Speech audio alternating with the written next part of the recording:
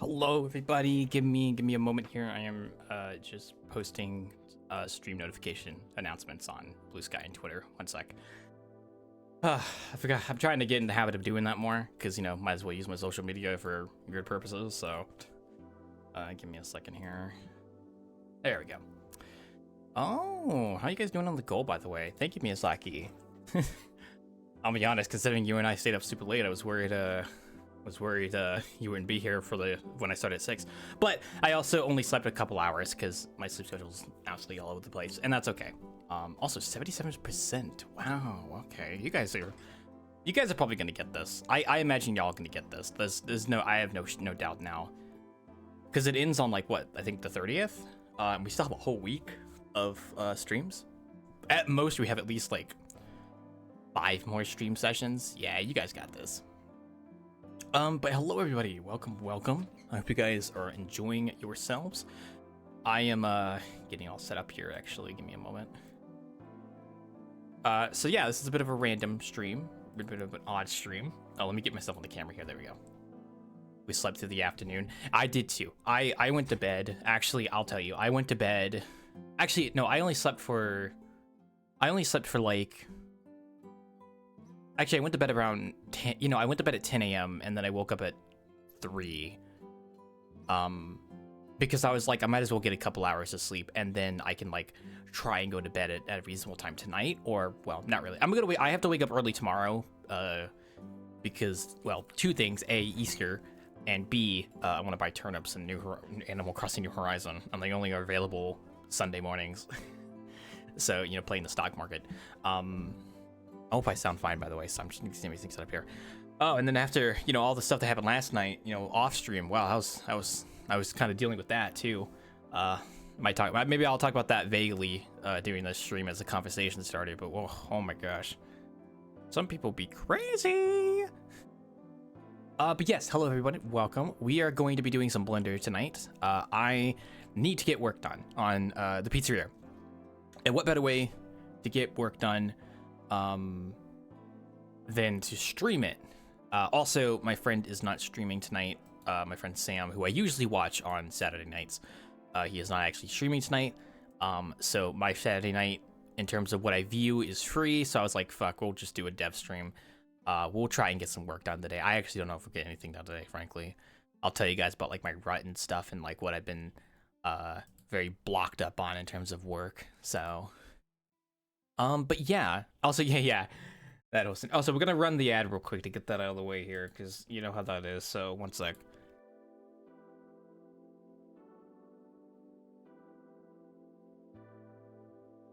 Yeah, I have it set up.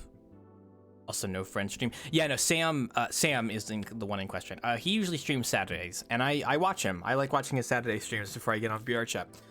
He is out for this week because he's going to visit family for Easter, because it's Easter weekend, so I keep sneezing, sorry.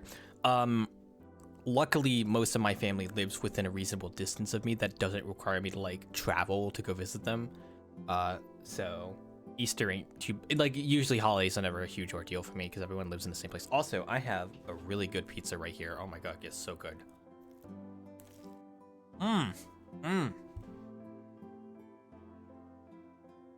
Before we start, I got a 50% deal. I'm gonna eat this first before I talk. One sec.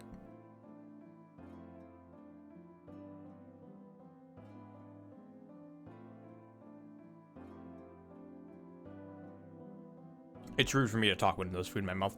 I don't usually eat on stream, but I do have a pizza right here, so I'm gonna occasionally take bites out of it while I mute myself. But I had a 50% off coupon deal at Domino's that expired tomorrow, and I was like, I am not wasting that. That is 50% off any size pizza, by the way, any size pizza, even XL, which is crazy. So I went to Domino's, and I'll tell you guys what pizza I got, actually, because it's actually really good. Oh, so good. I got I'm gonna put this on this side.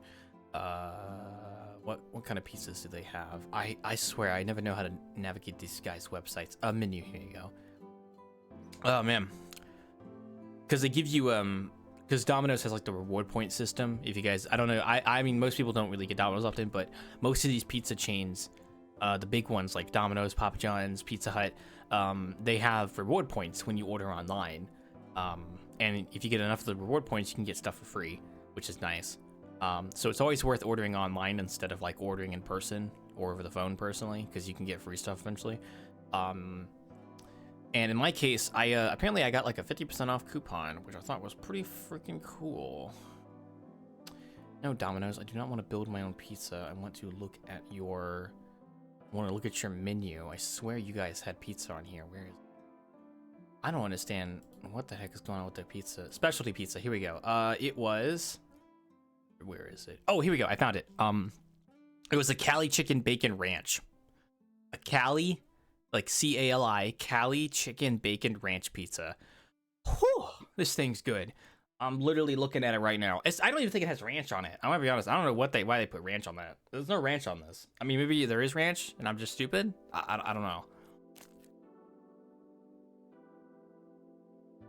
But man, the freaking chicken and the tomatoes, oh, they're so good.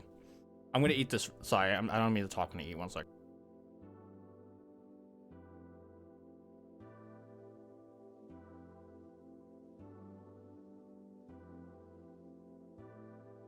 Okay, anyway, sorry about that. All right, well, I'll take occasional bites out of that. But tonight we are going to be doing blender work. So we're gonna move everything around here real quick. We need to move chat over here, get rid of that. We need to move you guys over here for this. There we go. I need to like close all my extra tabs I have open because I really don't need those open right now. And there we go. Oh, look at that. Beautiful. Okay. Let's get you guys extended here. Perfect. Okay. Let's switch you guys over to my development window. Perfect. I'm going to turn the music down just a little bit. Do you guys want me to put like Cafe Lo-Fi on, or are you okay with this music? It's just window race, so... I will say, I was watching back the VOD yesterday, and I think the background music was a little bit too loud. So I turned it down a little bit. Because I don't want the loud music to be, like, overtaking my attention, so... I like very subtle music. Like, I like it when there's no complete silence, but yeah. Okay, guys. Alright, we are... I'm totally not adjusting myself in my chair. One sec. Okay. Ugh. We are here. Here's the pizzeria, folks. I'll bring you guys over here. Okay, now that's too quiet. One sec. Right about there. Okay, so here is the wonderful, beautiful, amazing Wilds Pizza to be trademarked. I actually haven't come up with a full name for this yet. It's just Wilds Pizza right now. I tried drawing... I drew this, by the way. I hope you guys are proud of me. This is Bindle. So, you know how VTubers tend to have mascots? And the mascots are representative of the community. So in my case, Bindle is my mascot, and he's a Bindle bag, and you guys, like the audience, would be represented as Bindle, and I'd call you guys patrons. If we're talking like VTuber stuff, you know what I mean? But I haven't actually made a full model of Bindle yet. I want to eventually, so I can give it to you guys, so you can make your own custom versions of Bindle, your own like OCs. That'd be cool. But I haven't actually modeled them yet. But it's a TLDR, work in progress. As you can see, I was doing a lot of texturing. That's all I've actually done. I have not actually touched much more of this aside from texturing. I have really been out of it. I haven't done any modeling at all yet, which hopefully we'll do some modeling tonight. Because I do want to at least get some things going more and kind of figuring out what I need to do. Because, man, I have been in one hell of a rut recently. I have been just out of it. Oh, my God. But yeah, no, this is what I got so far. Texturing is actually not too bad. It actually turned out pretty good, all things considered. Like, everything is, for the most part, textured properly and should all be good. I even utilize splat maps, so if you guys are proud of me for this one, let me show you guys this real quick. Not splat maps, sorry, trim sheets. Where is it? I think I have a wood trim sheet, actually. Here we go. So this is a trim sheet right here, right? So this little guy. So basically the way this works is, if I can not be a buffoon for 5 seconds. So you have like these pieces of wood, right? And what I do is, because it's like a very long, slender piece of wood, I can unwrap it like that, and then I could just put it on this UV, and then I could like make it very long horizontally, because the texture tile. So as long as I keep it straight horizontal like this, it'll still be the green wood no matter what. So I can utilize multiple textures in one texture by doing this method. So I use that for the green wood, for the red wood, and then for these like green planks as well. So yeah, it's really coming along nicely. I might model some extra furnishings here, but we do also have, let's turn this down a little bit. I actually went through and organized my project files a little bit. I mean, there still are some things like all over the place. Like I don't have some of this stuff organized.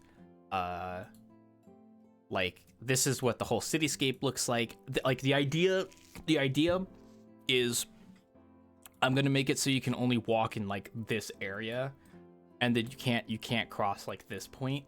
So you can only walk up and down the street here. You can walk up and down the street, and then you can go into the back alley here, and there's a fence that blocks you, like the fence right there.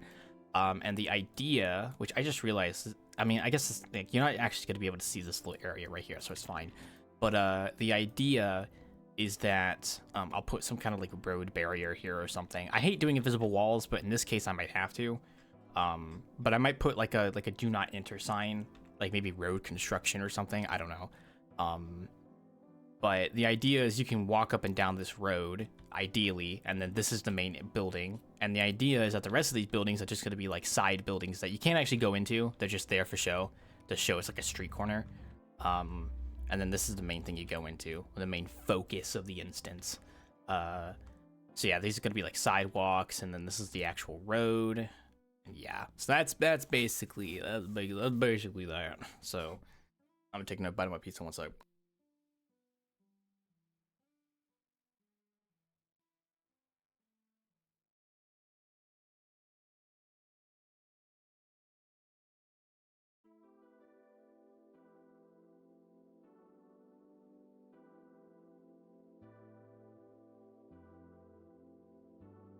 Sorry, I was biting the crust. It's good. I'm eating pizza while working on a pizzeria. This is great. The problem is I've been recently stuck in a rut of like what to do next. Like I have prefabs here, which are like, you know, these are like the doors, because actually if you see, like, go back here, they've got like these doors, and this is supposed to be a bathroom, and then this is a back door that will then open up to the like dumpster out here. So I've been kind of stuck in a rut recently of what exactly to do. I don't know how to explain it. Like, it's like one of those things where like I don't know what to do next. I mean, I kind of know I need to like work on these buildings. I need to furbish up these like tables and chairs more, which we might just do that actually. We might just furbish up the tables and chairs, because these are going to get like distributed inside the interior here, like as tables and such. And then I also have, I think it's, what is it? I also have like these two little countertops I need to model. Like this is a little counter, and then this is a vending machine, which I might reuse the vending machine from the Wanderer, because I don't know if I want to make a new one. And then from there I have like the cash register, which I might reuse the cash register in the Wanderer if I make a new one. And then I have a little monitor screen here for that as well. And this is the back of the bar. Might furbish some more extra assets, like small stuff. And then this is the kitchen. Like this is going to be the actual like cooking kitchen. And I don't have anything furbished out here yet. I just have like the basic template of like, oh, this is what a kitchen looks like. So very minimal, very basic, very minimal stuff going on here right now. But I have really just not been sure what to do next. I think, to be honest, I got so much done already. I honestly could just import this building into Blender, but I want to get some of the other models done first. I especially want to also get, yeah, just where to continue. That's the big thing. Yeah, because this is a project that I started last year, and I was trying to get back into the motions of it. Based on what I could tell here, I was like making some more assets to like distribute inside the building and such. So we might work on these chairs and tables. Like the doors are basically good to go for the most part. They don't really need any more effort put into them. We could also redo these street lights as well, and then we could start working on the fronts of these buildings, because the buildings are going to be, we're going to have at least 2 to 3, I think 3 presets of buildings. And the idea is we're going to distribute them around the map to kind of fill in like all this extra space, like make these like built storefronts and stuff. So we might start doing that as well. That's why I'm streaming this, because I really need to get work done. And then let's see. We could turn that up a little bit. And there's still like a lot of more texturing we have to do, especially for like the flooring as well. Because like, I mean, you've got the actual sidewalk. You've got the actual sidewalk here, which it extends down there and such, but that's not actually sidewalk back there. Like this is sidewalk, and then you've got like these roads which are very disconnected from each other. Like that's gonna be interesting to try and texture as well, which I might have to make a road texture too. And then I have to remember how I have to also add crosswalks as well, which means I need to have a crosswalk texture. But I think the good news is I can probably get away with if I want to texture the road and the sidewalk, I can probably get away with using a trim sheet for them, because they're very long, slender pieces. Yeah, I know how to do references. Don't worry. I have plenty of references. Trust me, I have a whole folder. Trust me. Yeah, because with the street, what I can actually do. Also, there's a little bit of Z fighting here, I think. Actually, no, it's not Z fighting. It's just not connected perfectly, which I can fix that. What I can do is I can actually make a trim sheet that is the street, the crosswalk, and the sidewalk. No, the street, the crosswalk, and like the normal little section here. I know I can definitely do that. Yeah, I can do that. And then the road, so the whole road could be one material that's just like redistributed, and then the sidewalk can be just a stone material. Well, a type of stone material. Maybe I want like something that has like tiles, maybe. And then the street lamps, I don't even know what the hell's going on with these, frankly. I think I just made these really quickly, and I didn't even touch them on them very much. And we still need to add trees, but that's gonna be later, because these are meant for like trees to be here. So yeah, like I know what I need to do. I just have to figure out what I want to do first. So also, I'm taking a bite of my pizza. One sec.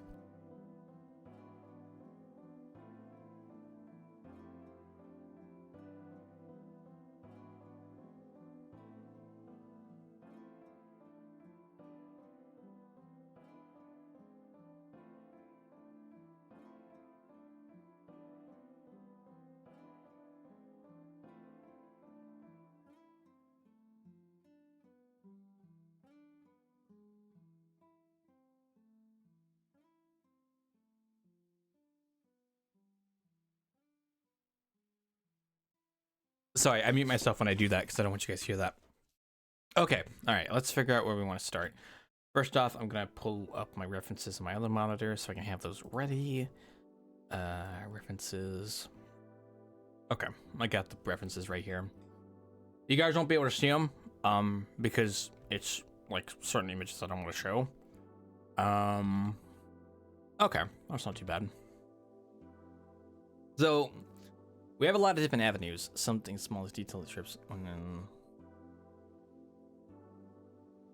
oh, just need to reset? Oof. Yeah, no, I've got plenty of reference material. Like hell, I could even work on like the fronts of some of these buildings actually if I want to. Because they're really not that complicated. Like here, I'll put this image on my second monitor next to chat so I can like look at it. Oh, do not want to minimize chat. I want to be able to see you guys actually. There we go. Alright, I'm like trying to get this like set up here. There we go. I also have some VR chat screenshots I took of actual references as well, because I came across a world recently that actually really interested me.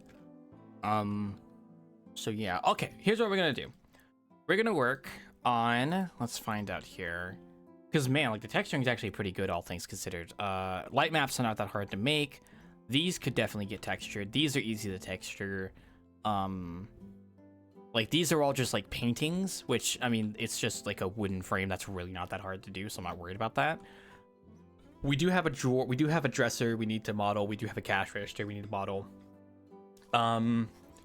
Vending machine I can import from the Wanderer. The toilet and stuff I can import from the Wanderer because I have those already made, so I can just bring those over to here. That's not a big deal.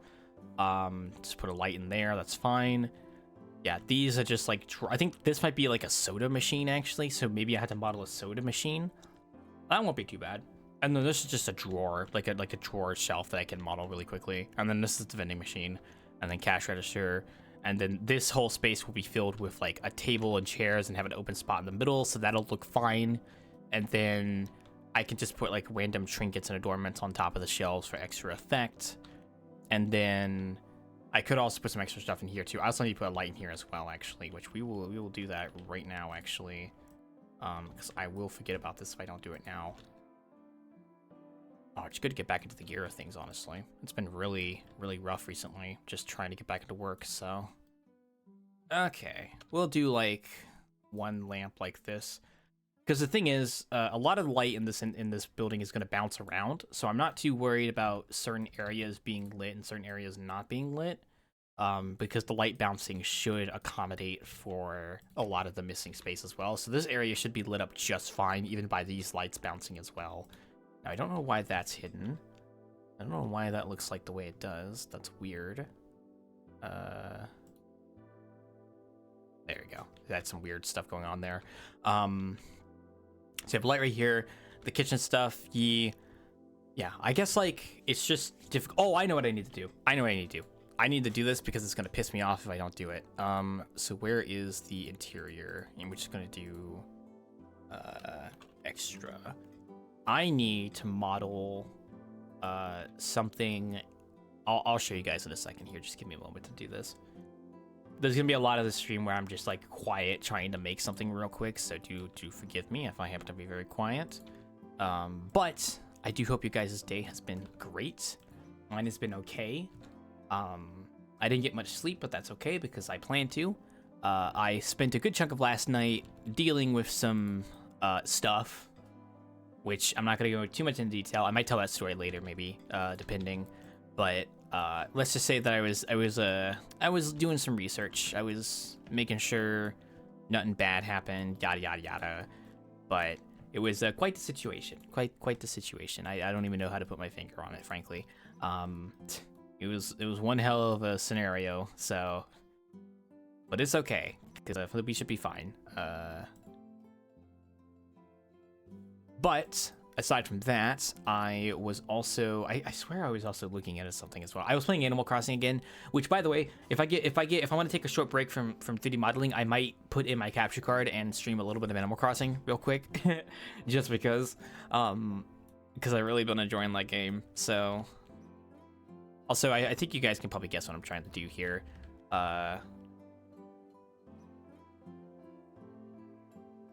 So if you don't know what I'm trying to do here, I'm trying to make one of those like boundary pieces that you put between different like parts of the like, you know, the doohickey, the thingamabob, the thingamajig. I don't know what they're called, but they're like little boundary points that you put between things. Oh yeah, that looks better. There you go. Now how far does that actually come out to? Maybe I shouldn't have beveled that before I actually moved that, actually. We'll do this. It's kind of crazy to think that I have actually learned quite a bit more about 3D modeling than I did when I was working on this last year. Like, I'm not even joking. I feel like I know so much more now with like different like shortcuts and all that stuff. Ugh. The one thing that covers the edges of a car. Yes. I don't know what it's called. But yes, that thing basically. Also, I just remembered we oh, I do have it actually textured. Okay, I can do that then. There's something I actually need to do with these like little bottom pieces, but I just haven't touched it yet. But I need to make these little boundaries here because it looks weird if I don't have them, right? Because it's just a very sharp cutoff here. So I want to add a little boundary to give it a little bit of sense of like, oh, there's a disconnect there. And then I also want to do the same thing with the bar as well. Because I might put a different texture behind the bar. I'm not sure yet. I haven't really decided, but I'm going to do it anyway because I like getting the feel of the map and then working on like the extra details afterwards. So just something like that. really. Yeah, just like a little boundary like that. That's pretty good. Because it just looks nice that way. And what's nice is that I was using a real life reference for this, so I actually got it pretty close to what it is originally. Carpet transition strips. Yes, yes. Because this is technically carpet, so I guess it would make sense to have it here. So, Also, this is supposed to be a chalkboard, by the way. It's based off an actual place that has like a chalkboard on their bar, so I'm leaving that there. I'll probably put pins there eventually too. Who knows? Okay. Well, that's numero uno. I need to buy my pizza, guys. It's just so good. This Cali pizza. Oh my god, it's so good.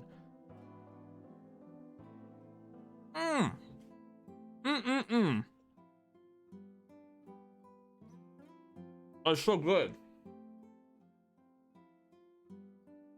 Should I show you guys a picture of this pizza? I'm not gonna do that. I'm not gonna do that, but it's so good.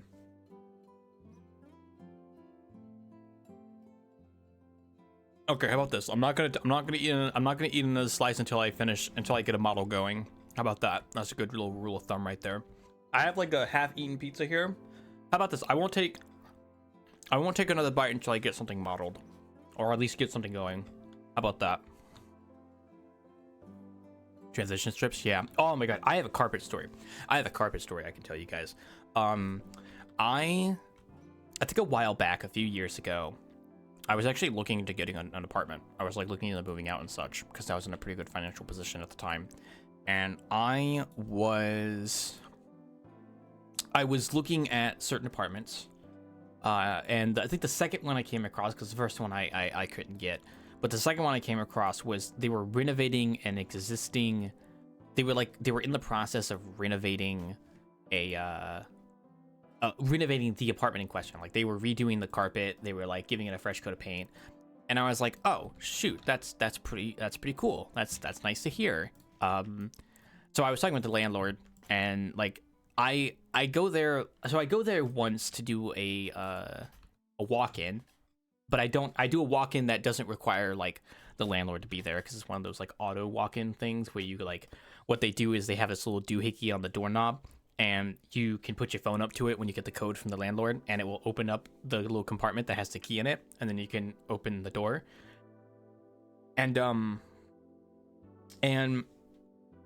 sorry, I'm still swallowing. So I did that.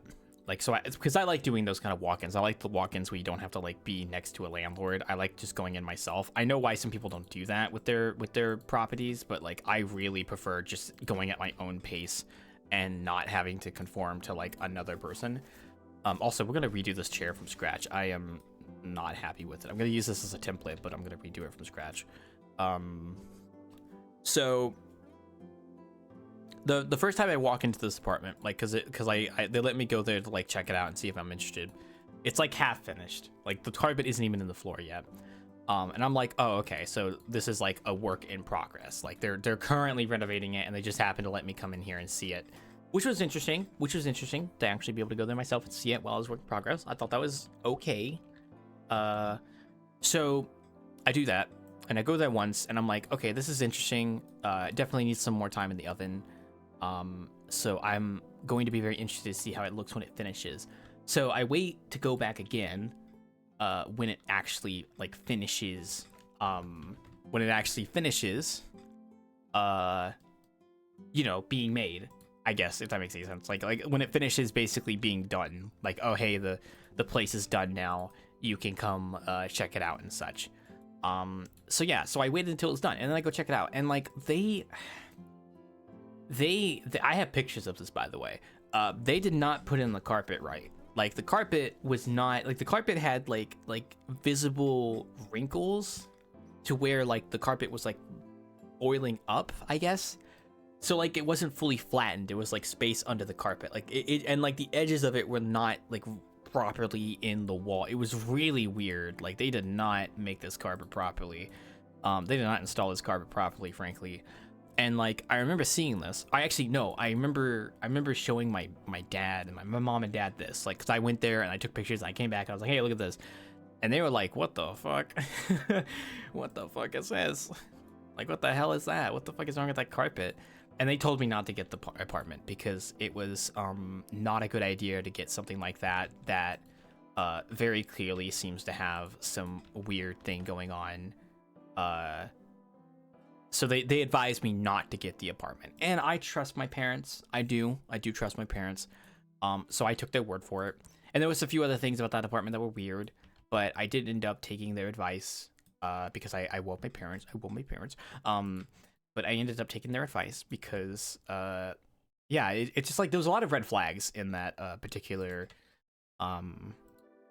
lot of red flags in that particular establishment, if that makes any sense. Not establishment, sorry, not establishment. It was a I don't know, just a lot of like weird red flags related to like the quality of the apartment and stuff. And yeah, and I'm glad I didn't get it. In hindsight, like looking back now, I am very glad I did not get that apartment, because that could have been a very bad idea, because that probably would have been bad for me, considering what happened later on with stuff. So I'm very glad I didn't get that apartment, because yeah, that was, woo, ooh-wee, that was something. This bad sign seems already weird. Yeah, when it was like, I was willing to kind of accept the benefit of the doubt. Like, I'm a nice person, but I think with like with recent events that have happened, I really need to be like more careful with my like kindness, because sometimes people will just try to take advantage of that, and it just sucks. So, that looks kind of okay. Actually, that does not look okay at all. Actually, there needs to be a curve on this like entire back part of this chair too. Actually, it needs to be a curve on this whole thing. What is this? Oh, this is the wrong thing. That's the wrong thing. That's why. Dirt. Doi. It's the wrong thing. But yeah, that's why you kind of have to keep an eye out for that kind of stuff. And I think I've kind of gotten a little better at apartment stuff now, like looking into apartments and like getting better at like spotting what is like wrong and what's not right and all that kind of jibber jabber. Like you could definitely, like, I feel like at this point I'm much more educated on what to look out for versus what's good, what's bad. I mean, I'm not like perfect. I'm not gonna say I'm perfect or anything. I do think I still have a lot to learn. But I do hope that with time, I can get better. Sorry, I'm just like looking at this real quick because I'm trying to see if I need to extend this out a little bit more like this. Yeah, something like that probably. So what do we need with this back part is we need to bevel this part. Actually, no, we need to apply the scale. Apply rotation and scale. I always do that, and then do this. There you go. And that gives it a little bit more definition. That's not perfect, but now we just need to bevel the front part like this. And then we need to take the center. Ah, shoot. You know what I should have done? I should have done this first. Wait, there we go. Should have done that first, then I bevel. And I think we also kind of want these two to be wider, a little bit wider. Yeah, like that. Yeah, like have it like this wide. Actually, no, not that. Have it like, yeah, no, have it like a little bit wider, but then have this middle bit a bit more wider like this. There we go. And then now I should be able to bevel this whole thing. Yeah, that should work. Perfect. Well, it's not exactly perfect. It's, wait, here, let's it's not exactly to my liking. Well, let's start one by one. How about this? We do like a little bevel here. We do a somewhat big bevel here. And then we do the last bevel here.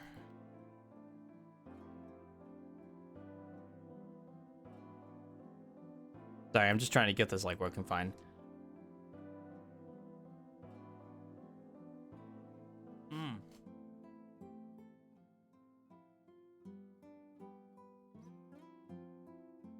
One sec.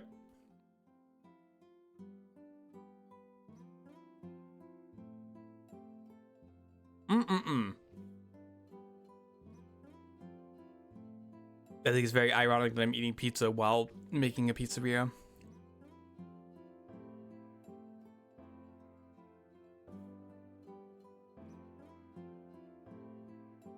That's good. Yeah, I know you guys can't see the reference I'm using, but I have a chair reference on my other monitor, and I'm just kind of like basing it off of that. But now that I look at this, I really need to make this more narrow. No shrimping? I'm not shrimping. I was eating pizza. I was eating pizza. I'm sorry. I'm not shrimping. I'm eating pizza. I literally just drank something right before you got here. Okay, one sec. Thank you. Oh my gosh. Welcome to the dev stream of my little pizzeria map here. As you can see, it's actually textured too, actually. And we'll switch over. The building itself is textured. Still requires a lot more work with some of the interior assets, but I needed to get work done today, and I felt like streaming it, so welcome. I am currently working on a chair, which is not coming along as I want it to so far. Maybe it'll look better once I get some more parts of it done. Maybe. I think what's bothering me is I don't think I need like this center bit like that. Yeah, that looks a little better. I'll just do that. Actually, let's move that back a little bit more. Ah, thank you. I'm glad you like it. Yeah, this was a project that I started last year. Sorry, excuse me. This was a project that I started I think around June or July of last year. And I worked on it for like a week or two, and then I had to drop it because I had to go work on Delta Down. So this is a project that I was wanting to go back and finish. So this is my current map project I'm working on, albeit I'm still a little bit slow with getting back into the motions of things. Also, I am not happy with like this weirdness of how this is turning out. I don't know. I can't probably put my finger on it. It's weird. Yeah, maybe I don't need this whole center bit actually. But yeah, eventually we will have our own little pizzeria in VR chat where I can do pizza deliveries from, because that is a staple of my streams that I haven't done in a while. Yeah, we'll just live at that. That's fine. Nah, but I don't like how. Actually, wait. But yeah, so I used to do a lot of pizza deliveries in VR chat, and there's a world I go to called Metropolitania, and it's a good world. It's nice. Hasn't been updated in a long time though, but it is a nice world. But I would always go there for pizza deliveries, and I always mention to myself like, I kind of want to just make my own pizzeria. Because I'm kind of at the point where like I kind of want my own place to call my pizzeria. So I was like, fuck it, I might as well make my own pizzeria. Also, I'm just gonna keep it like that because that's fine. We'll maybe make it a little bit wider. Nah, we'll just keep it like that. So yeah, I ended up taking the bait, not bait. Sorry, I don't know why I said bait. I ended up taking the dive and started working on one. It's based off of a real life location as well, which is kind of cool. So that is Le Poker. Also, yeah, I think that's what we want to do, but we'll give it a little bit more depth here. Yeah, just kind of like that. So yeah, I'm very excited for how this is going to turn out and stuff. So, I am just getting work done because I have been very lazy recently. Like, I have not gotten any work done. So okay, I'll give you guys context, right? So I think April 7th was when. Actually, no, it wasn't April 7th. It was. Was it April 1st or was it April 7th? No, it was April 7th. So April 7th was supposed to be the day I started working on this project again, and for the past like 2 weeks, I have just like, I have been out of it. I have been just not doing anything, and it's been pissing me off, and I'm glad I'm finally getting into the motions again, because man, I just want to get work done. So, to show off your work on the side for one thing, yes. Now, some people told me I should try and finish this before May 7th, which is a nice challenge, because that would be a bartending, there'd be a delivery night we could do. However, I do not think I'm going to get this done by May 7th, guys. I really appreciate the enthusiasm, but that's like almost 2 weeks away, and I don't think I'm going to get this done in 2 weeks. I could, if I really put my mind to it, maybe, but I don't know, man. You guys are very confident in my skills, and I appreciate that. I don't know if I could deliver. So do forgive me if I do not reach the quota, as they say, on this bitch of an earth. God, quota. Sorry, guys. Oh, speaking of quota, I don't know why I said it like that. Have you guys been watching the semi-work videos from okay, so the developers of Repo, they actually post little dev blogs, like dev videos, and they're really well done. Like, oh my gosh, they are so good. They are phenomenal devlogs. Like they pace really well, they edit it really well. It's really good. And I like to watch them because they actually like talk about their game. Yeah, they do. Their YouTube channel is called SemiWorks, like SEMI Works, and they post devlogs about Repo. They're very much worth watching. Like, it's really cool. They're a pretty chill like dev team and stuff, and they're also like very responsive about feedback. It's kind of refreshing in this environment, honestly. I feel kind of bad because, you know, like I made Delta Down, but I didn't have any like official channels people could like go through to really talk about it because it was just a VR chat map. I know some people tend to capitalize on that kind of stuff by making like a community around, you know, around said thing, but I didn't really feel like making a whole like community around Delta Down or anything like that. I just wanted to make a game map and stuff. That was all. I think if Delta Down was its own like standalone game, I would be tempted. I would very much probably build like a Discord and maybe a whole community thing around it, maybe. But if it's a Discord, if it's a VR chat thing, oh, did I say Discord? Yeah, if it's a whole VR chat, like if it's just a VR chat map, like I don't have that like incentive in my opinion. Also, is this actually freaking straight on? What is going on here? Are you snapping into place?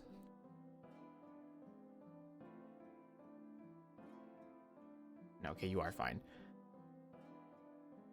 I have thought about making Delta Down a standalone game. However, if I made that game a standalone game, I would redo all the rooms. I think my biggest issue the biggest mistake I made was making the rooms too big. I made the rooms too big, and I wish I had made them smaller. I wish I had made them smaller. I think that was my biggest flaw, is that I made them like way too big, and that's not good. The cramped spaces would have definitely helped with the fear factor some more, because right now it's very open, and I kind of regret doing that. So if I ever actually like made Delta Down, if I ever redid Delta Down for whatever reason, or if we decide to port it to an actual game engine and try and make a game out of it, I would definitely just scrap all the rooms and redo them, because they definitely need to be reworked. Oh my god, I'm all over the place. Because I just was not happy with them. I just was not content with them. Also, God, this looks weird. I'm like looking at this reference image and it looks so nice. I think it's probably because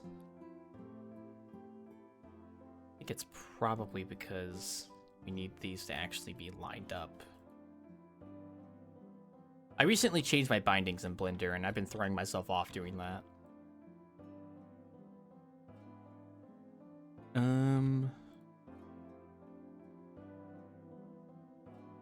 Do this, do that. Oh, this fucking x-axis. What am I doing? There we go. In VRC though, well, that would likely be more if you played. Yeah, well, I did have some plans for making some new content for Delta Down, like talking with the others. Like, I think we had ideas for some new enemies, and maybe like a new objective and stuff. But to be honest, like, I'll be real, I don't think there's going to be any new updates to Delta Down anytime soon, if at all. We've all kind of like gone, I don't want to say we've all gone our separate ways, but we definitely have like moved on to like our own projects that we're doing. Like, I'm working on this right now. You can literally see me working on this. And to be honest, I don't think we really had any intention like of going too far with Delta Down after it was released. Like, I do think that we kind of just were gonna get it out, and then that would be it, and we'd be done with that. And the reason being is quite simple, because Delta Down took quite a while to make, and a lot of us were very fatigued by the end of it. Not just me, but especially Biako as well. And we all kind of want to do our own things. And right now I'm like focusing on things that will hopefully be financially viable. Like this pizzeria is going to go on a portfolio, which I will then show off to people when I open map commissions. So, yeah. And there's nothing wrong with changing your incentives to focus more on things that might be financially viable. I mean, we all have to pay bills, so, you know, I got bills to pay, so I need money coming in somehow. And if I can use the talents I have that I enjoy doing to actually make like money to sustain myself, then yeah, by all means I'm gonna do that. So snapping, there ain't nothing wrong with that. Oh god, the rotating is so weird sometimes, I swear. I wish there was a way I could like, is it shift B? There we go.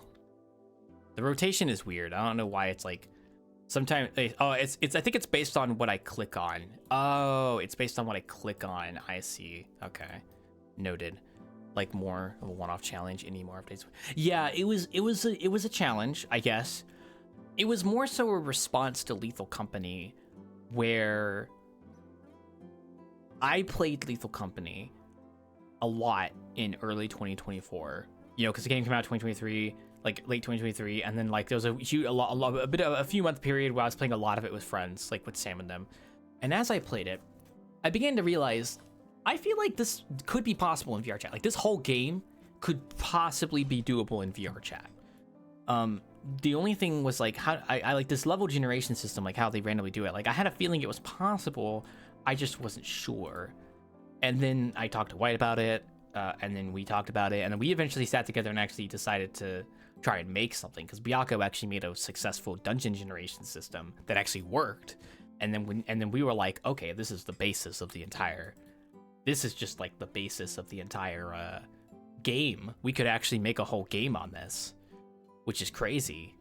And we did, and a proof of concept. Yeah, it was a hell of a proof of concept. Yeah, exactly. I'm actually really happy with how it turned out. Like, oh, shoot, sorry. Okay, so my point of rotation is based on what I have clicked on right now. Okay, but it was a hell of a proof of concept, and I think we did a pretty good job. Everyone did a great job. Biako did a phenomenal job on the coding. Kat did a great job on the creature designs. Hikari did a great job on the sound effects, and I did a okay job on the leveling, I would say. Not to self-aggrandize myself or anything like that. So, yeah. I just, like I said, I didn't have any long-term plans for the map. I just wanted to get it out and be done with it. And just be like, hey, here's a proof of concept. Like, here's a thing we made. Now, it is tempting to get them together and try and make a standalone game of it, because we could do more outside of VR chat. And the nice thing is that I can actually pull my weight now, because I can actually make all the levels and stuff. It is tempting, but you guys have to understand, this stuff is time-consuming. It is extremely time-consuming to make a video game. Like, even Delta Down took, I think, 6 months to make. And even then, like, it was still a lot there that we still wanted to do. Maybe we could have sped up the time. I mean, that could have always been an option. I think there were definitely some things I could have done better to speed up my workflow. There were definitely some things I could have totally done better to like speed up how I worked on things, because I could be very slow to work on stuff at times, and I will admit I do have some flaws with being productive. So I will take the L, because there are definitely moments where like if I really put my mind to it and I actually kept a consistent schedule, I could get a lot of work done in 1 week. I really could. But alas, like, you know, just kind of was on and off with a lot of my my stuff on that.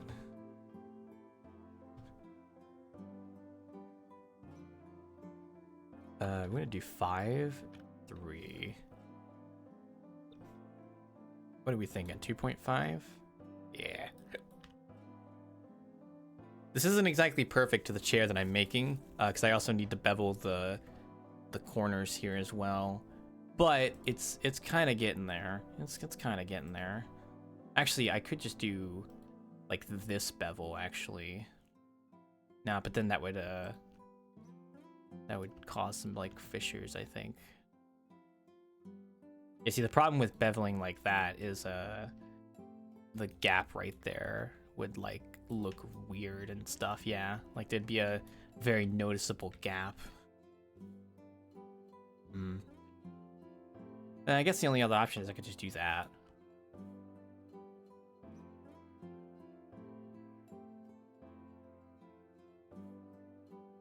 Give it a little bit of curvature. Yeah, that could work. I mean, I still have a game concept I want to work on. I just haven't started it yet. Like right now, the roadmap for Wildclaw, for me, I guess. Sorry, the roadmap for myself is get this map done, build the portfolio, try to open up commissions, see if anyone accepts, and while I'm in that waiting period, I can either work on the Wanderer's renovations, or I can go try and start a game. Maybe, I don't know. Maybe renovations would come first, because that's kind of an overdue thing. But at least the Wanderer's renovation is like the other map project I want to do. And then like I still want to do stuff for Hollow Stars. I do still want to do stuff for the boys at Hollow Stars, but at the same time I would love for them to commission me. But I'm not about to be like, you know, that kind of guy where I'm like, oh please, oh pretty please, can you pretty please commission me? I'm not gonna be that guy. I'm not gonna be that kind of person. So if they want to commission me, they do have my information. So by all means, I'd be more than happy to accept commissions from them if they decide to commission me. So yeah. Let's see. This is actually looking pretty okay so far. We just need to get the bottom supports, and then there's like a weird little thing I want to make on the side here. And then that should be done for the most part in terms of the chair. I just need to texture it. Which texturing won't be too bad. So we're gonna do the little supports now, which from the looks of the chair that I have in this photo, yeah, it kind of looks like they just have like an H-shaped support, interestingly enough. Okay. Don't want to do too much either. Yeah. It's a nice little balance, just kind of getting into it. Honestly, the big thing I need to do is wake up early. That's what I really need to do. If I woke up early, I could get so much more done. I really could. Like if I pace myself with a proper schedule, I could actually get quite a bit done. I'm just really bad at waking up early, so that's all. Okay. I make a little H schedule here. H schedule. Yeah, pacing yourself is important, so especially when you're working on projects and stuff. But at the same time, I do want to. I am like enjoying the fact I can like showcase what I can do. Although I am a little bit worried I might not be able to deliver the best quality when I'm doing a commission. I do try my best though. I'm just not sure if it's up to standards of some people. But I guess that's what my portfolio would show them. So, oh, that is a boolean. We do not need a boolean. We need a mirror modifier. There we go. Perfect. Yeah, because I'm gonna use card.co for my portfolio. That's what I've seen a lot of other artists use. So I'm inclined to also use that as well. So also, this is like what the basic support structure of this chair looks like in the reference I'm using. So except it's narrow. The middle piece is much more narrow. Yeah, there you go. That's kind of the basic support structure. These chairs actually aren't too bad. I'm gonna work on the little bottom parts a little bit because I'm not happy with how they look. Because I don't want them to be like flat like this. I think I want them to have a little bit of. Well, they are flat in the photo, but there's like a part of it like I want to do. I think it's like this. I don't know how to explain it. I'll just do it.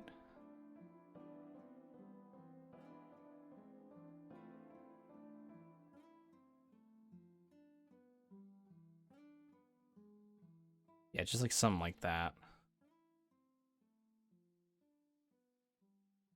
Well, I don't think it needs to be that much, to be honest. It just needs to be like this, and then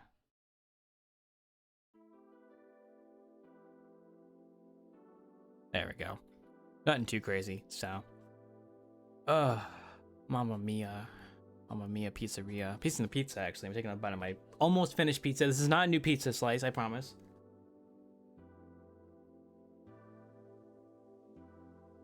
Mmm.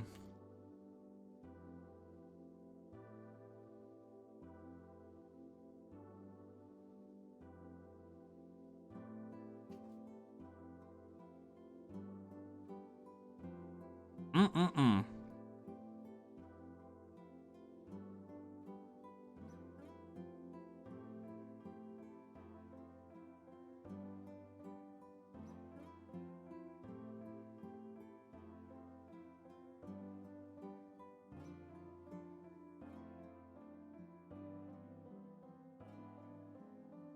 Ah, damn.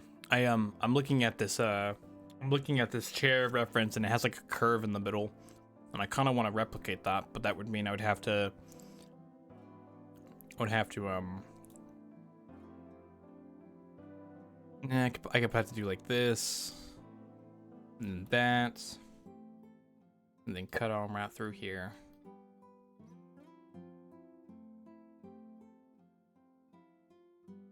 There we go. I'll just cut there real quick and then oh, don't do that. Did I just close my photo? I just closed my photo. Whoops. My photo reference has been lost.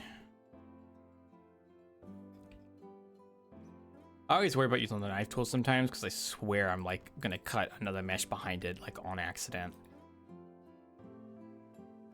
Do like this and then do something like this. There you go. Just a little bit of a curvature. Just a little bit of a curvature. Nothing too crazy, but a little bit of a curvature. Let me open up my image reference again here real quick, guys. One sec. There we go. That's back. Now I just gotta minimize it so I can actually see you guys. There you go. Okay, chair. How are you doing? How are you looking so far? I'm gonna bevel the seat. I know I didn't do it a second ago because I was thinking like maybe I need to texture this, but I'm pretty sure I can just do a quick little bevel right there and that should look fine. Yeah. This is just a wooden chair, so there's no padding on it, so it's fine. And I think that's all okay. That all looks fine. Looks fine. Yeah, I think this looks okay. I don't think there's any wooden like stuff on the top here, but if I want to be safe, I could just duplicate this and just put it up here, frankly. So that's not too big of a deal. Yeah, something like that. Just for the hell of it, just in case it looks weird. Okay. So the chair's mostly done for the most part. It doesn't really need much more than that, to be honest. So that's good. That's a good start right there for the chair. The table is going to be much more easier to do. In fact, most of the table is already done on this, actually. In fact, actually, I'm gonna be honest with you. I think the table is basically already ready to go. Like the tables in my reference are like really basic. They are not that complicated looking. Yeah, they're literally just like already this. Except I think the bottom part is a cylinder and not a cube. So I would maybe like take this and actually turn it into a cylinder by beveling it probably. Which would also mean I'd have to bevel these corners as well. Which, yeah, that looks fine. And then auto shade. Ah, fuck. Smooth shade? And then auto shade? That still has some weird issues going on there. I always think I have to apply the rotation. There we go. There we go. That's better. Yeah, because this middle part is going to be this middle part is actually a separate material from like the rest of the wood, and then this like cylinder part is like a black material. So that's it. That's all I need to do for the tables. It's super basic. They don't need to be that complicated. The chair was a little bit complicated though because I was like going off of a reference. Also, I think I have one more thing from the chair I need to work on actually. I want to see what this looks like and see if it actually improves the look of it. So just give me a moment to do this. And I'll take another bite of my pizza, which it's only a crust now, so yeah. Oh wait, do I have ranch dipping sauce actually? I do not. Damn.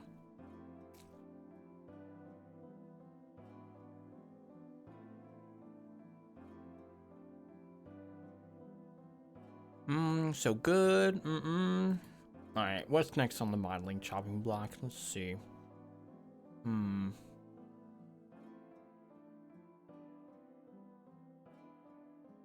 You guys got any plan for your Saturday nights?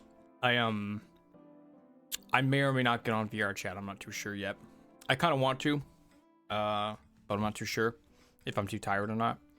This may be one of those Saturday nights where I like try to go to bed early and wake up early tomorrow, but I'm also like it's Saturday night, so it's like the night to get on. So I'm not really too sure what I want to do.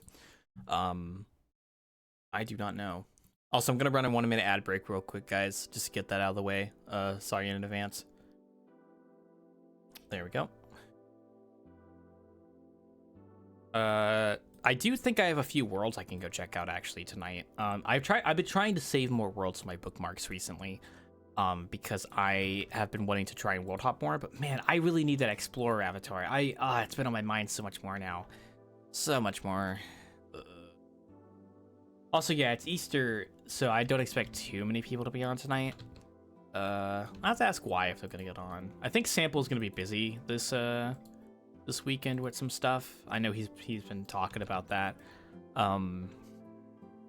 So he might be busy with the some stuff. So, and I can respect that. I'm almost tempted to just like stay on Discord and just like do something or play a game with people or something. I'm not too sure.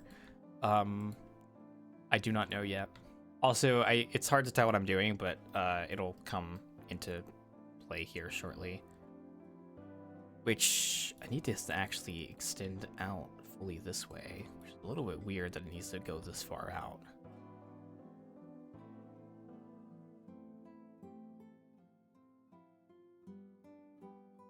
There we go. So you probably can't tell what I'm doing, but don't worry, it will all make sense here shortly. Scale. See, the problem that I need these two faces to be merged, and then this whole face needs to be merged. Link flat face, merge. Link flat face, merge. There we go. Perfect. Come to think of it, even Wolfman is canceled tomorrow. Yeah, it's a busy weekend for some people, so I didn't. Oh, I was supposed to go to the store today actually to grab deviled eggs. I did not even think about doing that today. I woke up so late, so I was just like, That does not look anything like what I'm trying to make. Okay, wait. I think I made this way too thick. So maybe like that, and then like this.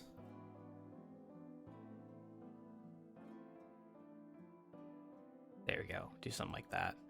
Hey, Jimmy. Welcome. Welcome to Blender. Welcome to Blend Blorb. Welcome to Blend Blorb.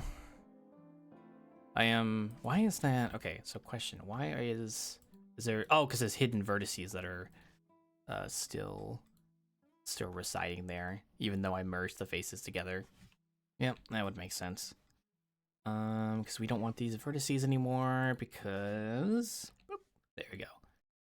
Welcome to Blender. I'm working on the pizzeria right now. I needed to get some work done, and I was being a lazy bum, so I decided to stream it, because why not?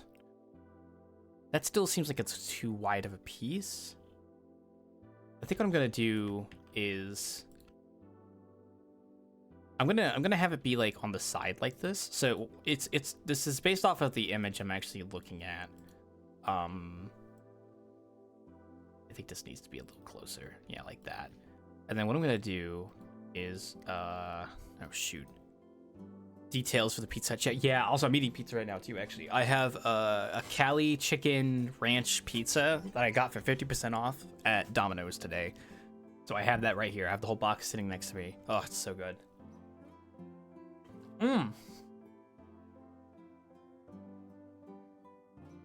It's good.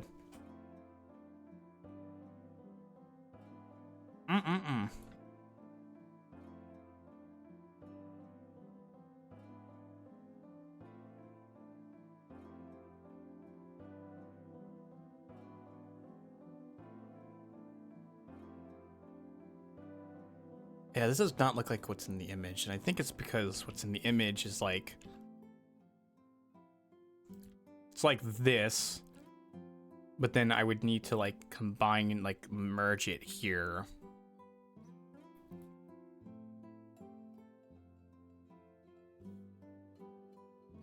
I would need to do something like this, but that just looks like way too wide.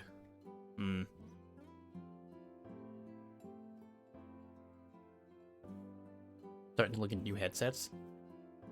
Well, good luck with that. I hope you do well.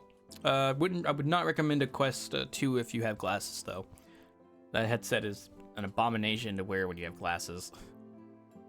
But that's just my personal opinion. There's a couple good headsets out there, so I haven't really been keeping track of the newer ones because I am content with my Index headset. Even though it was a wee bit expensive, I'm happy with the product. I think the only thing I wish the Index had a bit better was better FOV. Okay, this like side piece is not working, guys.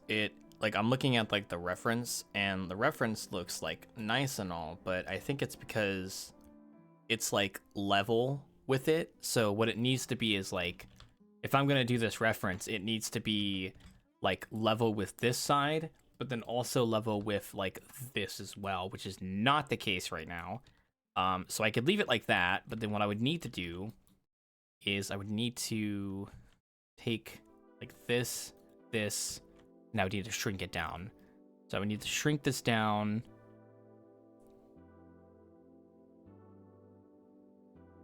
I would basically just need to shrink it down like this, actually. Like literally just have it to where it's like coming in like that. Which I guess is not that bad, actually. That looks okay. But it would need to be like that to where, and then from here I would just need to expand like this out, expand this out, and then just kind of slide this on in here, I think. Oh, god damn it. The rotation of what I'm rotating around depends on what I'm clicking on. Nah, but that looks fucking weird now. No, what we actually do is we just grab this and pull it out like that, which I still think that looks really weird. Which is why we lower it, which I still think looks really weird. That just does not look right.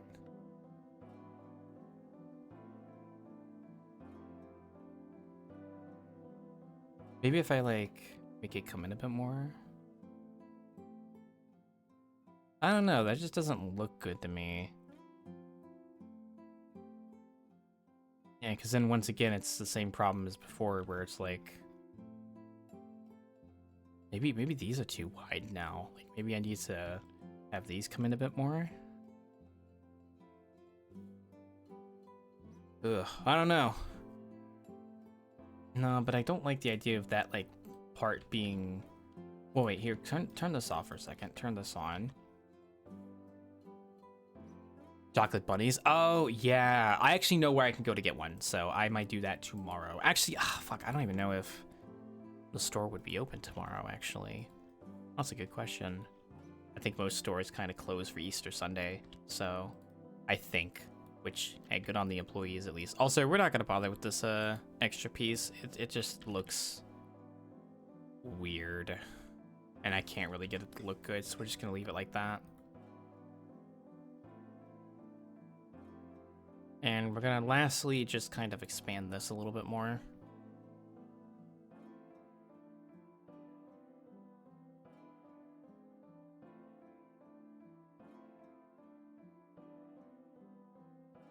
Chocolate bunnies are a rare delicacy you only get once a year, at least for me. They don't make sense any other time of the year, so it's not worth getting them more than then. Okay, we'll just leave it at that. All right, chair, I'm gonna consider you done. I'm gonna consider this chair basically done now. For the most part, it's done. I haven't textured it yet, but I'll do texturing another time because I do not feel like texturing this whole thing right now. I can make some final furbishes though if I want to, which might just be taking this whole like corner here like this, and then just give it a little bit of a curvature. Yeah, I might do a little bit of a curvature. Nothing too crazy though, just a wee bit of a curvature. You know what I want to do right now? I want to make that trim sheet for the road. Actually, that's kind of on my mind now. But okay, we got the chair done. That's great. We can merge all the meshes later once we actually do the other stuff. The table's basically done. That's okay. We just need to texture that. I mean, you guys already saw in here, but these doors are already done. I haven't. This ceiling fan, we actually finished this last year. I just haven't textured it yet, but I will go back and texture it at my own time. I'm not gonna do that right now. So that's the table and chair basically done. That's good. We should probably get some other problematic assets out of the way. I think. Which means I'm gonna probably the cashier, the rat cash register probably. I'm taking a bite of my pizza. One sec.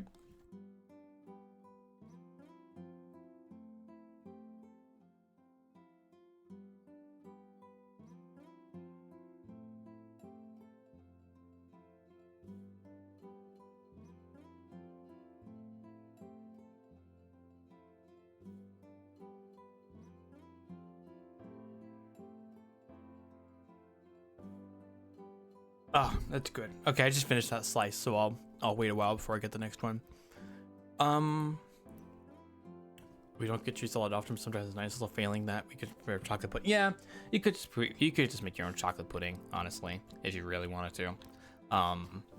But I'm a lazy motherfucker. I'm a lazy mofo, and I am not going to do that. Sorry, one sec. I'm like zooming in on this like this cash register little doohickey.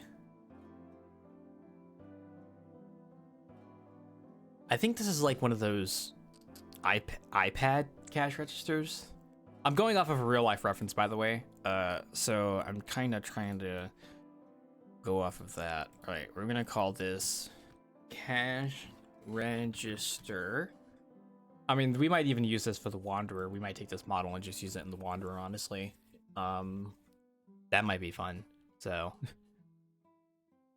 oh man. I am out of water. I'm out of drink real quick, guys. I will be right back for just a moment. I need to go grab a refill. So give me 1 second, folks. I will be right back.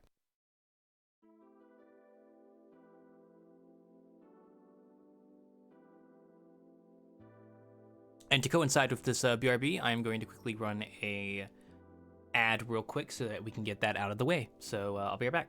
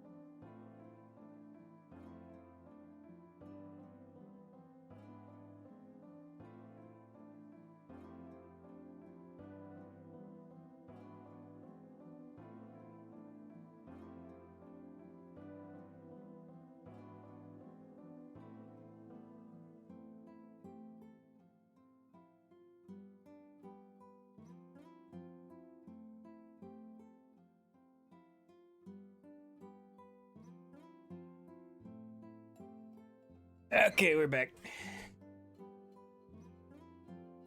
We're back. Sorry. I had the pizza box in my room, but then I went to go put it in the kitchen because I didn't want to hold it in my room. So I won't be tempted to grab another slice of pizza right now. So I did got my drink though. Yeah, let me crack it open. Ah, there we go. Yummy.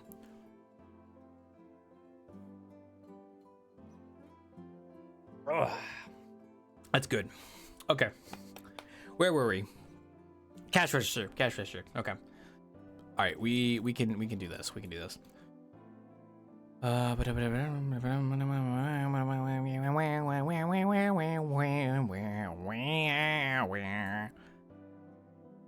man. There's a part of me, dude, I'm gonna be honest, there's a part of me that really wants to talk about what happened last night without naming names. I was thinking about that last night after innkeeping. I was like, I really want to talk about this on stream without naming the names in question, but I'm not sure if that's a good idea. I'm not sure. I'm not too sure. Like, I really do want to talk about it because it's such a ridiculous situation that happened. But it's one of those things where I'm worried it might feed into the potential issue. Guys, I'm gonna be honest. Your innkeeper apparently got involved in drama without realizing it. I don't know. I really don't know. I mean, you guys know me. I don't get into drama. I don't engage with that kind of stuff. I don't seek out and I don't seek drama. I don't try to rile people up. I don't do that kind of stuff. I am very much a very chill person, and I'm a very nice person, and I treat everybody with respect. I do treat everybody with respect. But I have limits to my patience. I have limits to my let me make sure my door's open. I have limits to my, generosity, I guess you could say. I have limits to how nice I can be before you cross a line that is not something you should cross with me, right? Now, I'm going to keep this as vague as possible because I really don't want to stir up the pot. I really don't want to... I don't want people to try and go, defend me, because you don't need to. I'm fine. I am perfectly capable of defending myself. You don't need to do that. But I'm also sending a message to anyone who may want to try and do something like this in question, because I won't tolerate it, frankly. So, where do I even start? I'm gonna try and keep it as vague as possible. Miyazaki already knows everything about it, so we're kind of aware. So, where do I even begin? God, I'm at a fucking standstill for where I should start with this amazing situation that happened. So, God, I'm really debating if I want to talk about this. I actually do not know if I want to. I think okay, before I decide whether I'll talk about it, I'm just gonna say that there was an incident where somebody faked a TOS violation happening, like as in they reacted to a TOS violating incident and then left the instance and then started calling the innkeeping a dangerous place in comparison to like a public black cat. And I did not appreciate that. I'm very bad with words, by the way, so please forgive me. But I was not very appreciative of the fact that they were comparing my innkeeping sessions, which historically are pretty safe, to the Black Cat, which, by the way, I have bartended at the Black Cat. I have streamed at the Black Cat. I am fully aware of what the Black Cat is like. I know what happens in those places. Trust me, I've experienced it. But in the pursuit of trying to get clarification from the person in question about who the offender was, because, benefit of the doubt, if somebody God, I should just like give the basic details. I'm like going all over the place with this topic. I really don't know. It's such a ridiculous situation that happened. It's so like stupid. Fuck. I'm also getting distracted from working on this cash register. Okay. I'll walk you guys through what happened, just so you guys have like a general understanding. I'm not going to name names. I'm not going to name who the person was. And if you do happen to try and figure out who it is, please do not go interact with them. Thank you.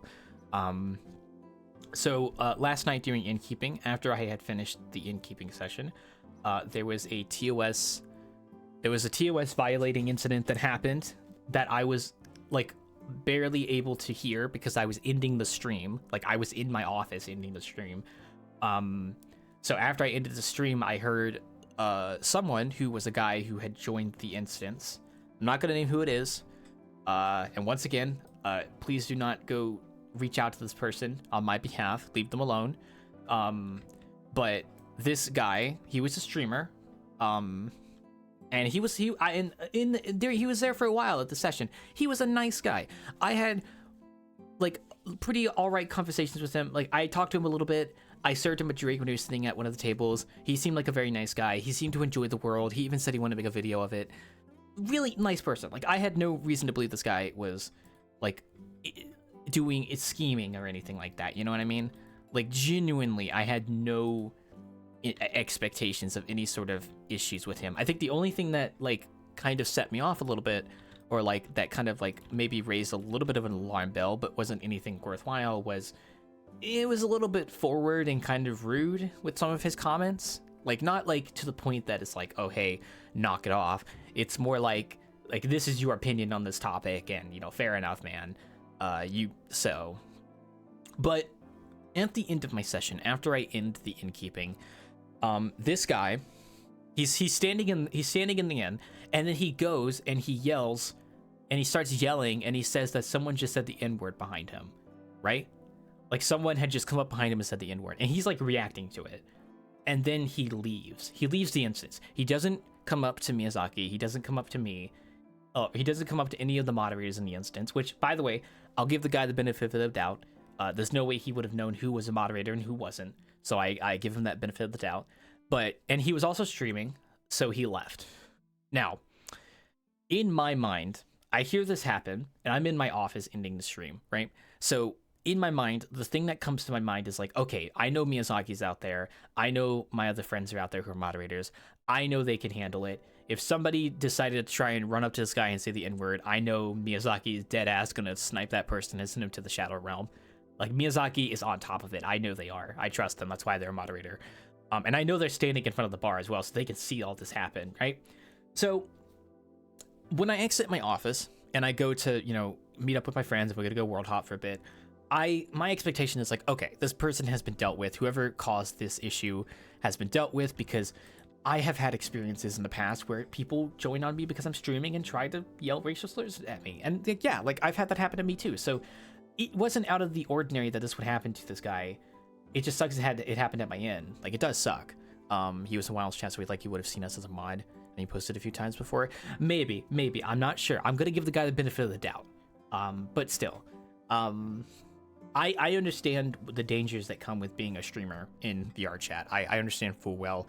You guys understand full well. You guys have seen me, you know, in-keep and stuff, and, you know, sometimes have to deal with some less than savory people that only care about causing a ruckus or wanting to like harass me because I'm streaming.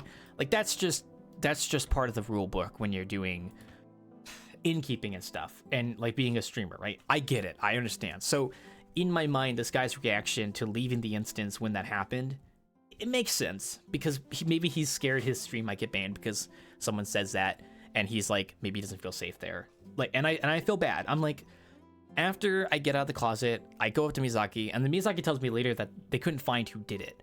And I'm like, okay, that's interesting. They can't find who did it. So we look through the logs. I know Miyazaki did a great job on this. We looked through the logs, and you know, we're trying to find who did it, because maybe something happened. Maybe we just didn't see who it was. Maybe they were like really fast. But we can look at the logs and see who joined and who doesn't join, right? But here's the thing. The other thing that we realize is that this guy was streaming. Like, the guy in question, like the person who reacted, right? He's streaming.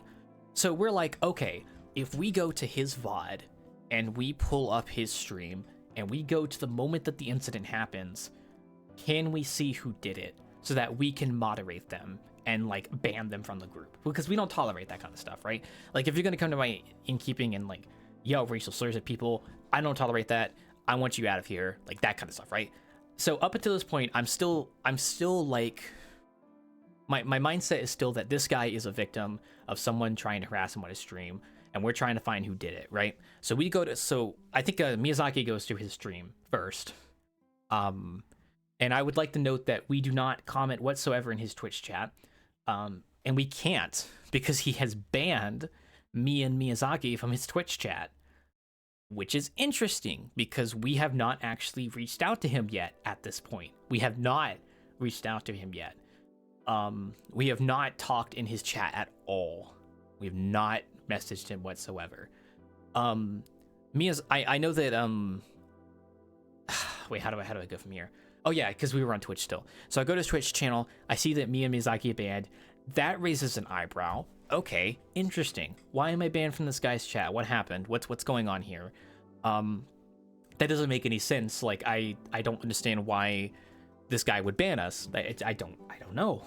So I'm like, okay, I'm gonna go watch the VOD and go see like what happened like during the incident and what happened afterwards, because maybe that'll clear things up. Like maybe in my mind his moderate, like I assumed, like, right, this is what I assumed happened, right? I assumed the guy had a moderator in his chat who banned me and Miyazaki because maybe they thought this is like a threat or something. I don't know. I didn't think the guy banned us. I just thought one of his mods did from his Twitch chat. I told Miyazaki not to request an unban because I wanted to get clarification first before we tried doing something like that. So I go to his stream. I go to his Twitch like VOD like page to see if the VOD's there. It's not there because he's still streaming and the VOD's not public. And I'm like, okay, so I can't look at his VOD on Twitch. Oh well, I guess I can't look at his POV, so that sucks. So like, okay, well, I guess that's the end of that. There's not really much I could do. We're gonna go look through the logs to see if we can find who did it. Miyazaki informs me that he's actually doubly streaming. So this guy is dual streaming on YouTube and Twitch, right? So I go to his YouTube channel where his stream is. He does have a YouTube stream up, and he has the feature enabled on his stream to where I can go replay his VOD. Like I can literally go back to a previous timestamp on his VOD, like you would a YouTube video. Like you could go back to the start of the YouTube video. It's the same with YouTube streams. There's an option you can enable for that to be a thing. I think it's on by default. So this guy was YouTube streaming and he had this option on. So I was able to go back to the moment that this incident happened. I was able to go back to watch his POV. I'm gonna tell you guys what this guy did. I'm gonna tell you guys what happened, because this is actually insane. This is actually crazy, right? So he is just standing there in the end, no suspicion whatsoever, like just kind of chilling, just kind of watching what people are doing, usual business. I think he's talking to his chat too. And then like he hears me through the office door. He hears me ending my stream. And then he's like stands there. He takes a deep breath. He counts down from 3 to 0. So he takes a deep breath and he goes 3, 2, 1 under his breath, because I could hear it on the VOD, by the way. And then he reacts. And I'm gonna be honest, guys, I rewatched that scene like a dozen times. I was trying to listen out to who said the slur. Did someone say a slur?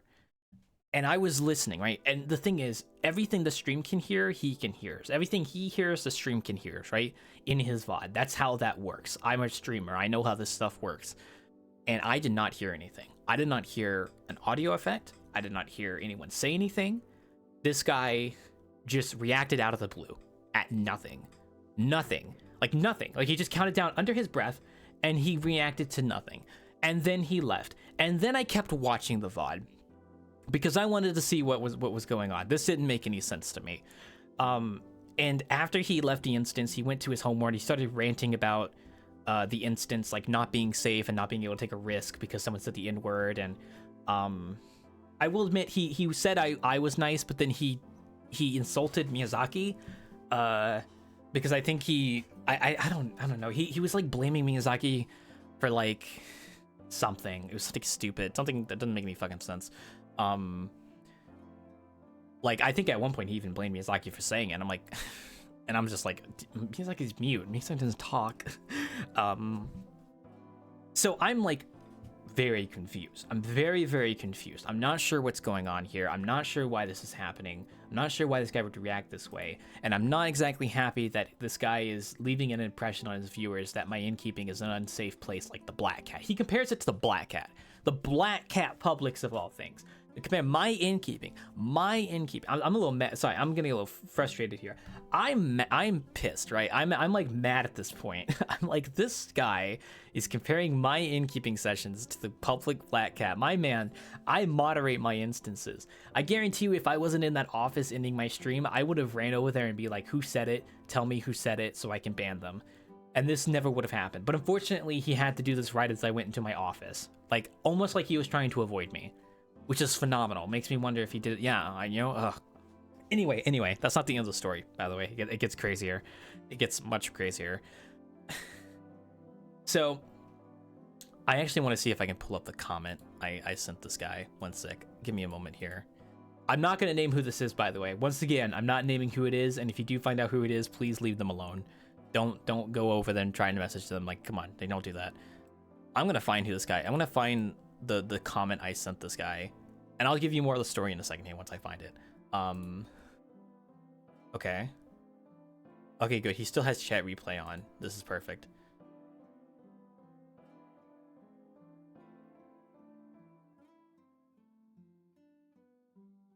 Give me a moment. I am trying to find the comment in question. There it is. Okay, I found it.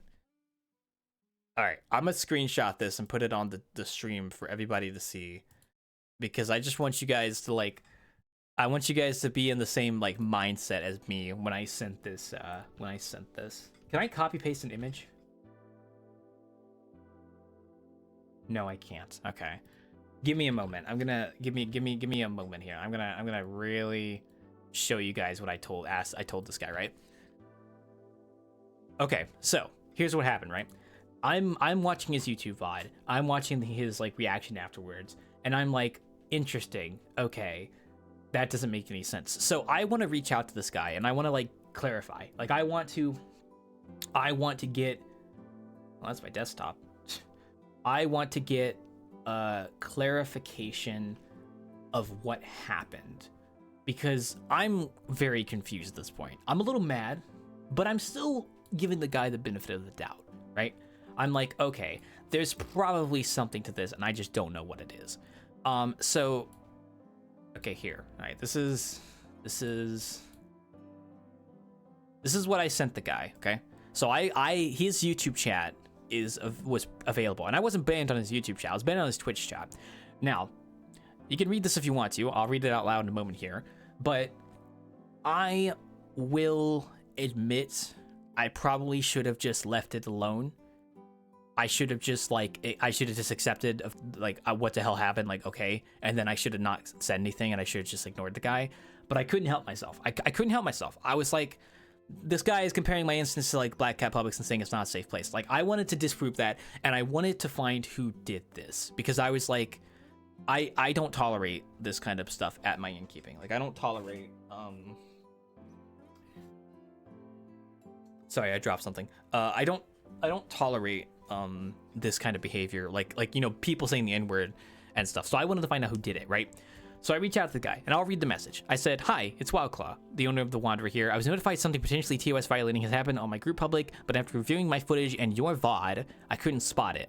Also, it seems you blocked me from your Twitch chat, which is odd since I'm not sure why you would do that. We do moderate our instances and do not tolerate racism or any TOS violating. I hope you enjoyed your time at the end, but please, if you ever see anything TOS violating during my group publics I host for bartending, please let me know directly so I can moderate appropriately." I send the message, okay? And then I leave for a while, because he's not responding to the YouTube chat, so I'm just gonna assume he's gonna see it later and just get the memo and like maybe unban us. I don't know. I didn't appeal for him to unban on Twitch because I didn't see a point. So I come back to his stream a while later after I was doing some other stuff, and I tuned in just in time for him to get, because he was playing another game at this point. He wasn't playing VR chat, he was playing something else, and then he gets back on VR chat, and he, oh my gosh, I don't even know where he gets this logic from. You know what happened? He assumed. He read that, and he said, "Are you ripping my VODs, dude? Are you ripping my VODs, bro? Like, my VODs on Twitch are private. Like, how do you have my VOD? Are you ripping my VODs? I could report you to TOS, to Twitch TOS, for DMCA. I'm not joking. This is what this guy said, right? He thinks, like, what happened is he thinks, okay, so two things. He thinks I ripped his VOD from Twitch, and he thinks I'm threatening him. First off, I don't know where in that message it sounds like I'm threatening him. If you want to like maybe interpret that as a threat, I apologize. That was not my intention. I literally just wanted to like clear up whatever the hell happened. But he thinks I ripped his VOD from Twitch, and I tell him in his chat, like I talked to him for a little bit in his chat. We're going back and forth, and I'm like, I did not rip your VOD. You're streaming on YouTube. I can replay the VOD on YouTube. And that's how I found the clip. And the whole time I'm talking to him and I'm like, I'm just trying to get to the bottom of what happened. And this guy is pissed at me because he still thinks I ripped his VOD from Twitch. He thinks I'm stealing his content. He gets mad at me and he starts threatening me. And then he gets mad at Miyazaki. And this guy is just like unhinged. Like he just goes off the rail. I don't know why. I don't know why. I don't know why this guy got so mad. I do not know why. I eventually gave up and I said, I eventually just said, I gave up. I just eventually was like, I hope you have a great night, dude. Like, please next time you see TOS violating stuff in VR chat, let me know if you're in my instance. Because all I wanted was the guy to like tell us if he saw something TOS violating. But no, turns out he faked it. I don't understand why. I don't know why he faked it. I know he faked it because I looked at his VOD. And also, I have Miyazaki's POV, because they were recording as well. So I have their POV as well. I also have plenty of evidence of... Yeah, I've got plenty of evidence that nothing happened. Like, we checked. We have logs. We can look at the VR chat logs and see who has joined the world and who left.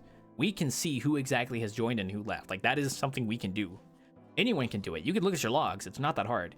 And this guy was blaming like some random person named like Rose or something when there was no one in the instance named Rose. There was nobody in the instance named Rose at the time of the encounter. And he ends up even blaming Miyazaki as well. And I just tell him like Miyazaki's mute and they're a moderator. I don't know. I don't get what points the guy was trying to make, but he was going off the rails and he was like, I don't know. I couldn't reason with him. I was being calm the whole time and just typing like reasonable messages, and the guy was just interpreting it as like an attack. And then, so I leave the chat, and I'm like, okay, this guy's crazy. I can't do anything to convince this guy. I'm just going to leave it, and that's that. We do end up banning him from the group, by the way, because he goes on and rants about me, and he ends up thinking that, so this guy has some new viewers that come in, and he thinks that the new viewers are people that I sent to his chat to harass him. This is what this guy actually believes. That I'm sending the hate mob after this guy. And he's like, oh, this larger creator is like harassing me. I'm like, oh, and I'm watching this unfold. I am still watching the stream on YouTube just because I'm so curious now. And this guy is like basically, I don't know, man, like having a panic attack or something, or he's just flipping the fuck out. I think he was mad. He wasn't having a panic attack. He was pissed. And I don't know. It was such a weird thing. I wish I could ask him why he decided to fake the whole thing. I wish I could ask him why he did that. I really do. I really want to know. But at the end of the day, it's not worth my energy. Just an interesting story to tell on stream about a crazy person, apparently. If the guy is watching this, if the guy in question is watching this, you know who you are, my man. Like, listen to me. I don't know why you decided to come to my instance. Enjoy yourself. You had fun at my instance. You said my world was nice. You enjoyed the service. You said you were having fun. And then you decide to fake a TOS violation encounter by saying someone said the N-word behind you. And then you get mad at me for trying to reach out to you to figure out who did it, because we couldn't find out who did it. So I don't know, man. I think what happens is you got pissed, you got caught. And I don't tolerate that kind of behavior. And if people want to like use my instance and like fake like rule breaks for views and fake it for like just clout, I don't tolerate that. So I banned you. If you know who you are, I banned you from the group. If you ever want to come back and want to appeal, you can find my business email. You can email me there. You can apologize, and I'll consider it. And I'd be more than happy to welcome you back. Although I might keep an eye on you more thoroughly, just to see you not do it again. But I'm a very forgiving person. But you crossed the line, and I was not happy with that. So I'm going to leave it off of that. That is the story of the drama that your innkeeper has gotten involved in. By no fault of his own. I will say, I will take the L in regards to reaching out to him. I should have probably saw the writing on the wall when they banned me and Miyazaki from their chat, and I should have just left it alone. I should have just fucked off. I should have just not said anything. I should have been like, oh, okay, well, this is weird, but okay, it's not worth my time. I should have just said that. But I really wanted to get to the bottom of if someone actually broke the rules and if like what happened, right? Because it was like it's a TOS violation in my instance, and I want to keep my instances safe. And like, you know, like obviously we can't prevent nasty people from joining because we're group public, but we can moderate them when they join. We can be, if they do something bad, we can kick them instantly. We do that all the time. It got personal at some point. Kind of. I didn't really like the idea of him saying my innkeeping wasn't a safe place, because it is. We have moderators who, you know, you guys do a pretty good job at kicking crazy people. We've been doing this for years. I think my innkeeping is a very safe place. And the fact that the guy would even try to compare it to like the public Black Cat, when I've bartended there before and I stream on Publix as well. Like, I know, I've been streaming longer than this guy probably has. I know what it's like. I know. Like, you can't pull that one on me, man. And what's crazy is I kept watching his VOD, and this guy was kind of aggressive with some people in Publix. Like, man, I feel bad for him because he would go to like Publix and people would join him and just like yell slurs at him. Because he's streaming. And I felt bad for the guy, but then he also was kind of a douche. But I should not say that because I don't want to incite any more drama. I kind of should just leave it there, frankly. Like I said, if the guy wants to appeal his ban, he can find my business email and email me there and apologize, and I'd be willing to consider it. So, but that's the story of crazy guy. And what's crazy is that we've had streamers at the innkeeping before, and they've all been super nice. I don't know, like, I don't know why this guy of all people was very rude and wanted to fake an incident. I still don't get, like, really, like, my curiosity has been piqued. Like, why would this guy fake this? Why? Like, what reason would you have to fake a TOS violation in my innkeeping? Oh, and by the way, the guy also mentioned saying that he talked to Miyazaki after the incident, but he never did, and we have footage of it. So he's kind of lying as well. Yeah. So yeah, I'm getting worked up. I got a little worked up over nothing, but I know better now. So if something like this happens again, I'm definitely going to keep a further reach away from it. It just goes to show that you never know who can be crazy or who might do something stupid for no apparent reason. So I don't know, man. Some people just be kind of quirky. So I wish I knew. I wish I knew. But sorry, that was a story. I wanted to tell that because I was thinking about that last night, and I was like, this would be a very interesting like stream story. But I'm not sure how to go about it. So yeah. But I want to make one thing very clear for you guys in the community. If you ever see someone like trying to bait me or trying to harass me or like trying to accuse me of things, I don't want you guys to come to my defense. I want you, let me deal with it. I can deal with this stuff. I can handle this kind of stuff. I'm okay. Don't worry. I can handle myself. The worst thing that could happen is you guys go after them and try and like harass them and stuff on my behalf, and I don't want that. I don't send people over to other people's Twitch chats to like harass them and stuff. At most, Miyazaki might dip in just to see like what's going on because they're my moderator and they want to get to the bottom of things. And I trust Miyazaki, so yeah, I don't know, just a weird situation. Very, very weird. I'm at least flustered. I'm at least what's the word? It does make me a little bit flustered that he considers me a big streamer, even though I'm like only 800 viewers. I mean, 800 followers. I mean, that's kind of small in the grand scheme of things. So, I mean, well, you're not gonna find too much on my VOD because it happened like right after I ended my stream. So, yeah. Like literally at the very end of the stream, like right as I'm sending people to go raid Emic, like this happened. It happened in like a split second. It was like I had no time to react. So in hindsight, I should have totally like chased after the guy and went to go talk to him in VR chat, but I know that would have been a bad idea. Yeah, I think what happened is he might have assumed you were like stalking him or something, which is weird because it seemed like your interactions with him were perfectly fine. So I'm not sure where he got that like weird impression from. So yeah, very odd. I don't know. It's just a hell of a situation to happen. So by all means, it's done now. I'm probably not going to talk about it again because it's not really worth the time. So just a very interesting story to tell on stream, and maybe a forewarning for future encounters that may happen like this as well. And also, sometimes it's not worth reaching out to like get clarification if you can kind of tell the signs are there. Like honestly, I should have just not done. I should have not reached out once they banned me and Miyazaki from their chat. That should have been indication enough that this guy, there's something going on. Like there's something bad. And I should have just not bothered, like, reaching out. Because if you're going to ban me from your chat, I know I've done nothing wrong. I know I've done nothing wrong. But what happened is I think he was scared of me reaching out to him about the issue. And he wanted me not to do that. So he banned me.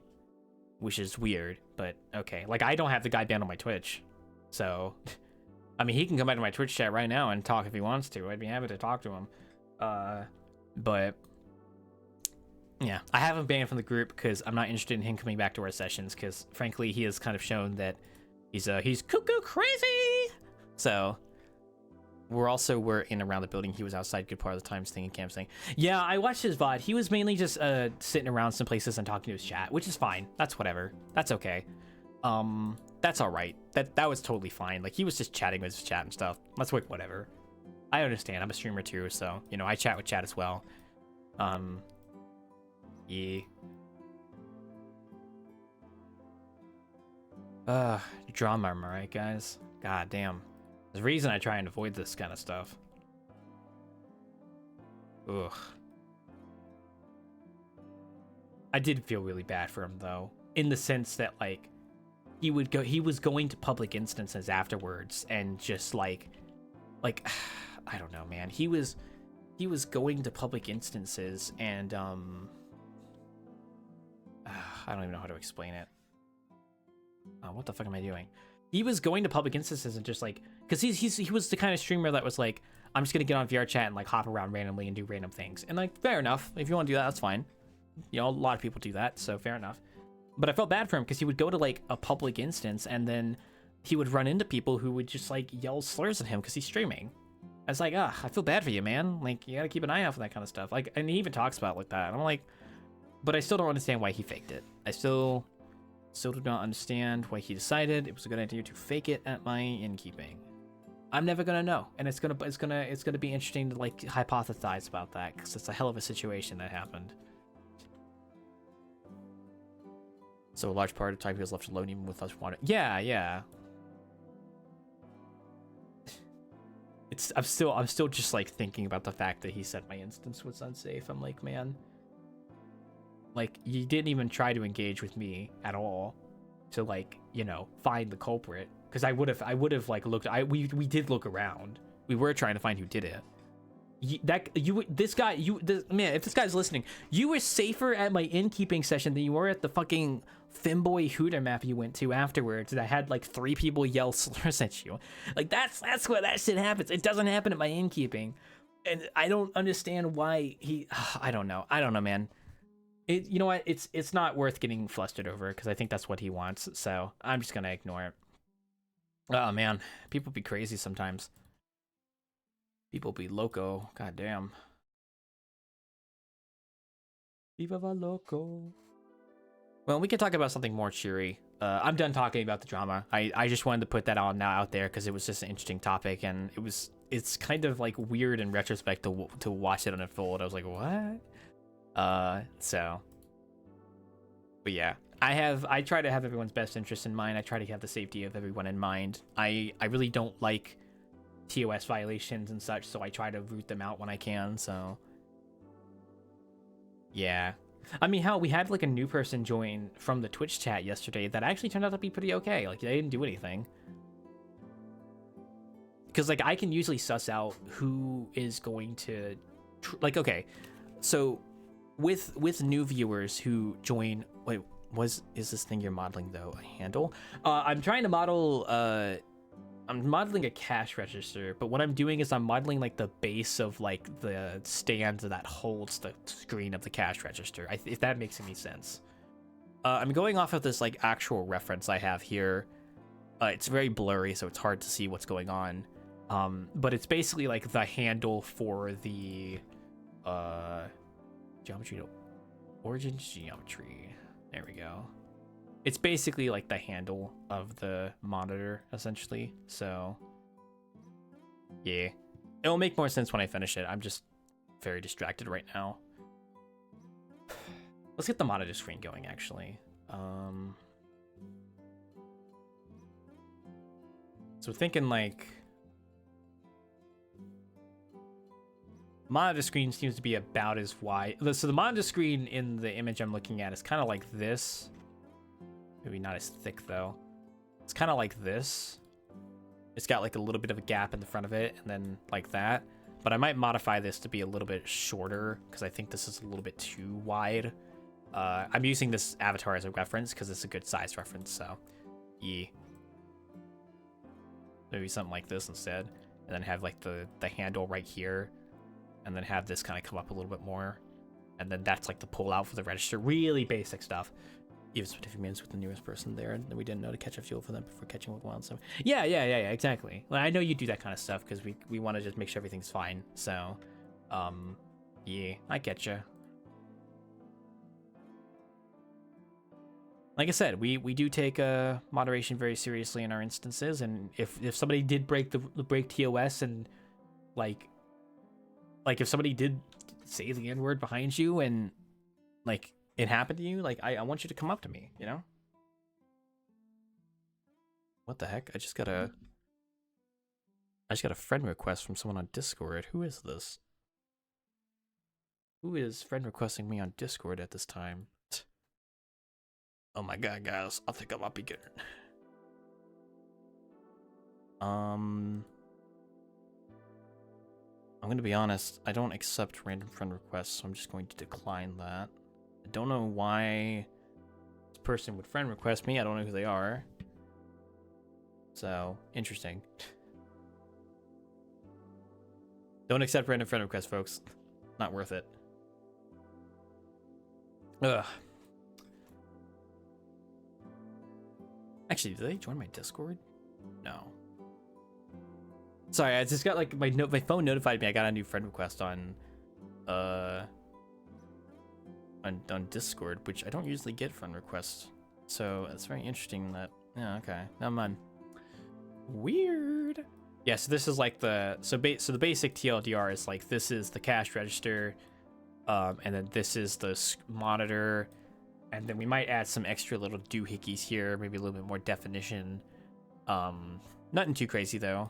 Which actually, now that I think about it,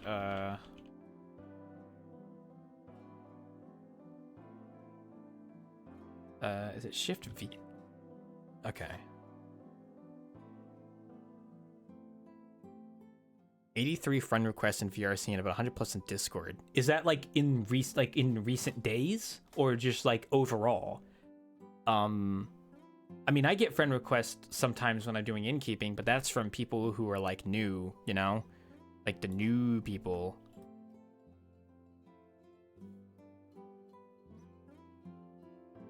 Because I'll get like new people who are like wanting to friend request me.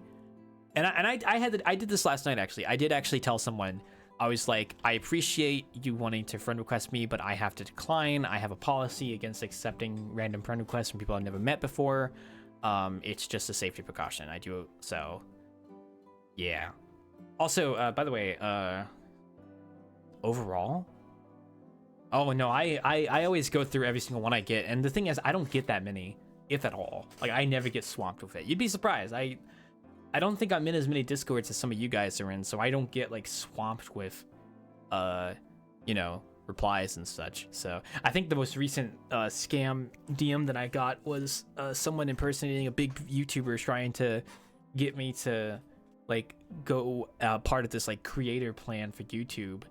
Like it was a scammer on Discord. I thought it was very funny. I actually baited the guy for a while before I just blocked him because I thought it was really funny. Like it's so obvious. It's really fucking obvious. Like I don't know what the guy was thinking. Oh my god. It was very funny though. Now if it's the actual real guy, then you shouldn't be just randomly DMing people on Discord, my friend. You should probably go through contact emails. So we don't see so many and kind of prefer to wait for some sort of interaction. Yeah, no. Me being the innkeeper, I will get people that will just like friend request me when I talk to them. Like I'll have new people come in, I'll talk to them for a bit, and then they friend request me. And that's just a natural thing for some people.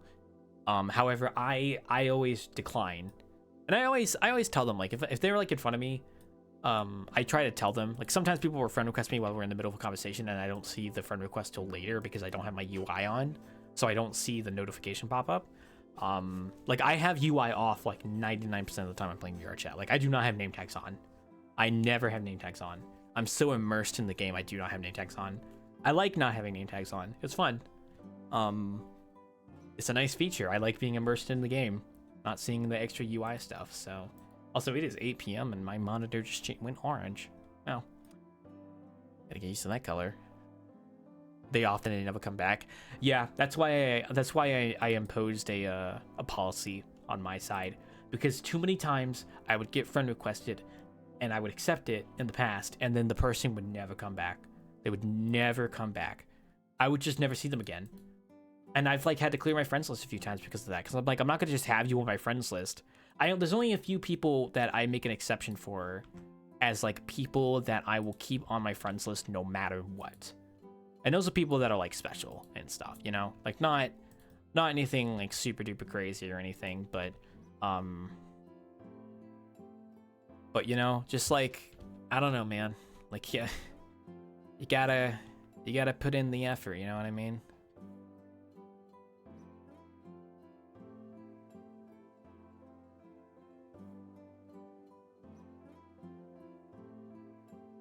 Oh yeah, one obviously rare Chris used to come from. Oh yeah, that's how the scammer found me. They found me through the VCAT Discord. That's how I found me. I'm gonna be honest, I'm not actually in that many big Discords. I tend to avoid large Discords personally, mainly because I don't want to get pinged constantly. Cause I've had stuff in the past where like I'm in a big Discord and I just get pinged constantly, and I do not know how people could tolerate that. Oh my god, it's awful. Ugh. You've got more patience than I can if you can tolerate all those pings, because I don't like getting pinged. Oh, Chromia? Oh, yeah. Like, a larger content creators Discord might have some people like that, and it does suck. It's not their fault, obviously. I mean, they probably try and combat that kind of stuff, so I can't really blame them. It's just kind of the downsides of being a larger creator is you attract a lot more people to your Discord. And more people joins me, more likely chances of, you know, bad actors joining, which is kind of why my Discord is nice, because there's not actually that many people in it, and it's actually relatively small, and it is filled with cool people. So yeah. Also, I can actually check a setting real quick in the server. I actually recently converted the Wanderer WoWclaw 101 server to a community server, but you can't like search it up in the community tab, so it's still technically the same. It just has like extra stuff in it. But I have a role that you can get called bot, and what the bot role does is it's meant to catch bots that join the Discord who accept all roles. So if a bot joins the Discord and accepts every single role, then they will catch they'll get caught by that role, and then I'll know they're a bot and I can kick them from the server. It's very nice. I haven't had to use it yet, but very nice tool.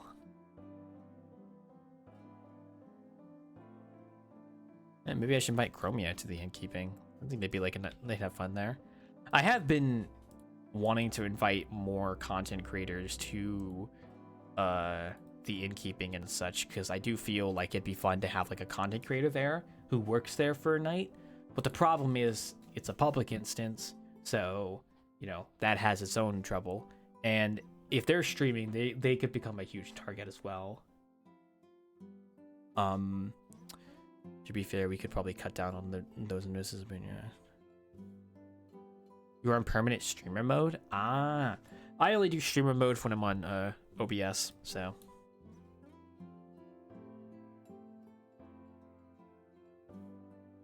That doesn't really look that good, actually. That kind of looks kind of meh. Oh. I mean, that could work. Like, that's very minimal, but it could work. It's hard to tell with this cash register, like what it looks like, but do I have another picture of the cash register I could look at? Oh, I do. Oh, but it's covered by a. Oh no, wait. I could actually no. I do have a reference. Wait. Oh, it's like that. I see. Okay, wait. So the cash register in question, it's kind of more like this, to be honest. Oh, got my snap on. You don't even get the Discord sound mostly. I still keep notifications on because, like I said, I'm only in like 13 Discords, and none of them are like super massive. I guess like the biggest one I'm in is maybe the VCAT Discord, but like outside of that, not really. It's very, very minimal for me. I keep kind of in my own lane. I don't really join big Discords. I'm just not interested. If I was gonna join a big Discord, like if I was gonna join a big game Discord, for whatever reason, I would go on. I would use my alt account, because I don't want that on my main account. So I would use my alt account and join like a game Discord, like a Deep Rock Galactic Discord or whatever, so I can keep that off of my main account and stuff. So I am a hermit. Hermit. Like, one sec, I'm looking at some. You guys are making me want to go get a chocolate bunny now. Choky bunny. I'll check something real quick, actually. I'm not gonna end the stream yet. I still want to go for another hour. But I'm gonna see who's streaming real quick. Who might be streaming? Oh, okay, and then he's streaming. I was kind of hoping like Imic would be streaming. I could raid him. I don't think he streams tonight though. That's okay. So that is alrighty. There we go. Yeah, no. My habit of not joining big Discords comes from the fact that I used to be part of a relatively somewhat big community Discord. Other than Pram. Oh, I don't follow Pram on Twitch. That's probably why.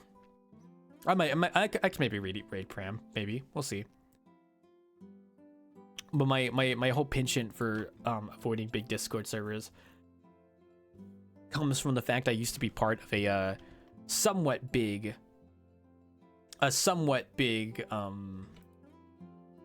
like community server.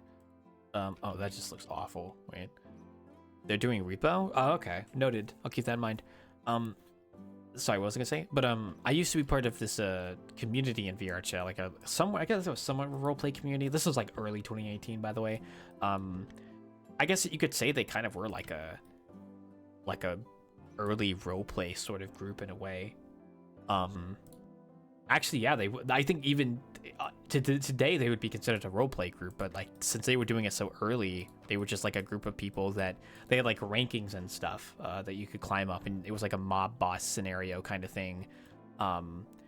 They were really nice people. They were nice people. But I was in their Discord server. I was in their Discord server, and I got pinged fucking constantly in that Discord server. I don't know why I got pinged so many times. I think because they pinged everyone or something like that. And I don't know if you could mute stuff back then. I think you could, but like even when I did, I would still see the red number, and I'm like, I think nowadays I can actually mute stuff really well in servers. But yeah, man, that was rough. I ended up leaving just because I wasn't really doing much with that community anymore, and also the pings were getting a little bit too much for me. So I ended up just leaving the Discord server. So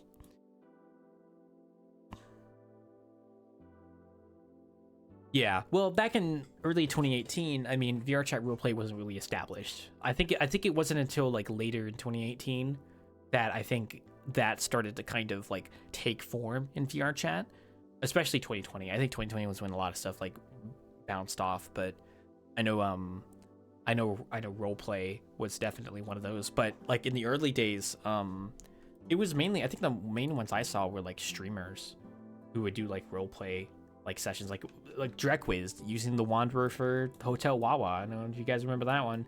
I still do. The video is still up on YouTube, by the way. I think they are. I had to go check. But yeah, like Drekwiz doing Hotel Wawa, and like that was a roleplay. I still think that was incredible. They came across my world and decided to use it. I found that so crazy. And I was only told about it because one of my friends was watching, and they were like, "Oh shit, wow, this guy's using your world." VRC weddings. Oh god, yeah. I actually went to one once, by the way. I attended a big wedding in VR chat once. It was something. It was actually pretty alright. It was pretty okay. It was early 2018 with the group in question I was talking about. They had a mob wedding, where the mob leader was getting married to his waifu, quote unquote, in VR chat. So they had a whole like event ceremony. I wasn't part of the mob, but I got invited by one of the high leaders who was a friend with, and I remember joining the instance, and I had like guns I literally had like guns pointed at me, and these guys were like, "What are you doing here?" It was crazy. And then my friend came out. It's like, wait, no, he's with me. He's a guest. He's with me. He's a guest. And they were like, oh, okay. I still remember that. That was so funny. That was so fucking great. I even put on a suit avatar, actually. I even sat down and like molded a suit onto me using a PMX editor. God, I was using a PMX editor back then. Fucking hell. This was like before I really knew how to do Blender. Back in the early days, I would use PMX editor to put clothes on my avatar, and then I would just do stuff in Unity because I didn't know how to do Blender. Oh man, that was so long ago. Oh my gosh. Also, I think we're gonna give the back of this thing a little bit more definition.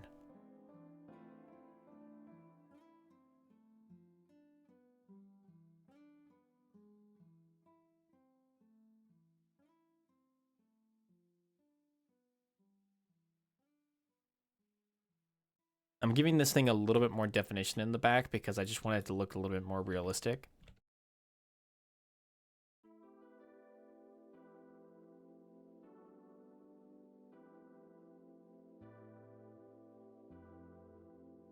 There we go. That looks a little better. I don't know if VRC weddings happen these days. I'm pretty sure they might in like small communities, but not nearly as much as they used to publicly in VR chat a long time ago. So, man, public VR chats, I mean, they are questionable. I've seen some stuff that happens there. I think nowadays like groups are a great like alternative, like a great like cure to public instances. So instead of going to a public, you can go to like a group public, and you can at least have some modicum of like moderation that happens there, which is very nice. I was talking with some friends about this, and I kind of wonder, what was it? I was wondering if VR chat was ever actually going to remove public worlds from VR chat. I don't think they are.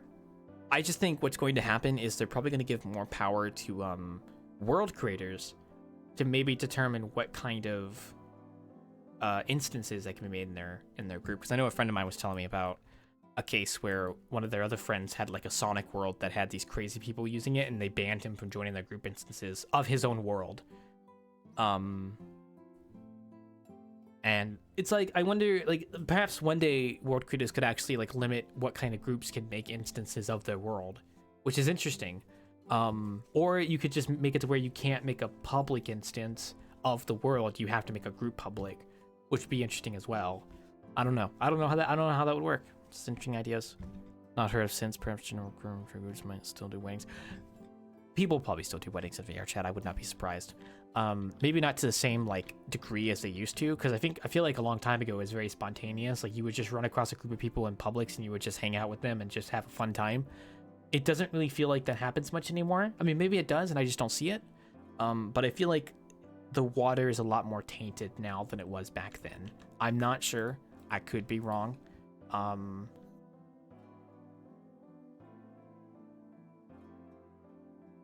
I'm just gonna shade flat this, shade flat this. There we go. We're just gonna use this monitor as well because we have this monitor, and then in the photo we also have another monitor that's like right here.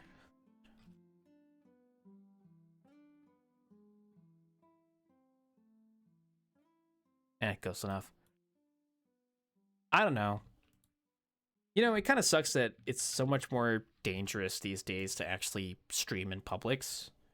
Because you can have some really fun time in like public VR chat worlds. Like I know my friend Sam, a long time ago when he used to stream VR chat more regularly, he would just do public. He would hop around in public worlds and just do skits and bits with people. Like he would just be bantering and just having a fun time and stuff, right? Like he would just be shooting the shit, you know what I mean? But it almost feels like nowadays you can't really do that. I mean, maybe it's just a perception thing. Like maybe you actually can, you just don't see it as much anymore. But I do genuinely think that there was something kind of lost in the transition from like the old days to now. I don't know. I could be wrong. I know there's plenty of amazing encounters you can still have in VR chat. But maybe it's just because I don't really go out and look at them anymore that I don't see it ever happening. Because like I kind of noped out of going to public worlds regularly on my own time pretty early on. I think by like mid 2018. Actually, yeah, by mid 2018, I kind of just stopped going to public worlds like randomly, because by that point I already had a friends group I could hang out with, and I just hung out with them. But it was also like back then it was so much more unsafe. Like there was no safety system, there was no nothing. I think crashers were around and stuff, and I mean they still are now, but it was much more like, it felt much more prevalent like back then versus now as well. I don't know. I do not know. But it is an interesting little thought though, to say the least. So actually we're just gonna size this one up. Yeah.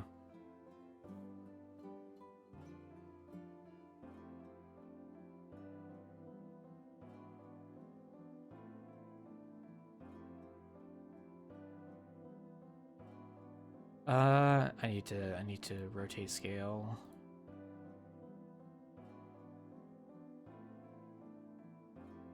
There we go. And then this should work. There we go.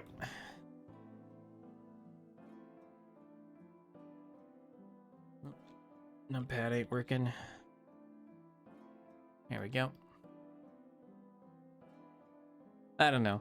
I could be nostalgic about the old days of VR chat all I want, but at the end of the day, I am happy with how far VR chat has come, and I think it's in a better spot now than it's ever been. I know that's probably going to be contentious for some people, but I do think that the game's in a better spot now than it's been before. So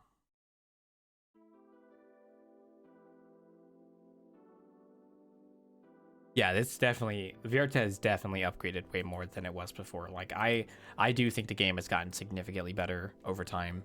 I mean, people may not still like how things are and stuff, but I still kind of concede that it is better than it was before, and I will stick by that point. So, okay, we've got the computers and the cash register kind of going. Actually, we need to finish the cash register actually, because right now we don't actually have the full thing done. I'm not sure if I'm happy with how this model turned out actually.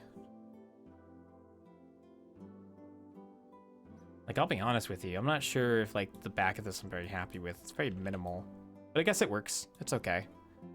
And then I need to put some kind of like something in the front here, like a handle of some kind. So, oh man, I'm glad I did the stream. Honestly, I really needed to get this work done. I don't think I would have if I wasn't streaming. Ugh. I don't know what kind of got into me. I think it was just like I just didn't have like that pacing and motivation to actually start like working on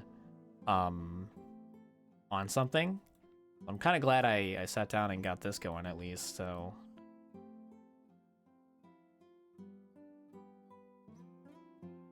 Sometimes you just gotta have to get the juices going before you really start feeling the flow of productivity coming to you, and that could be difficult for some people.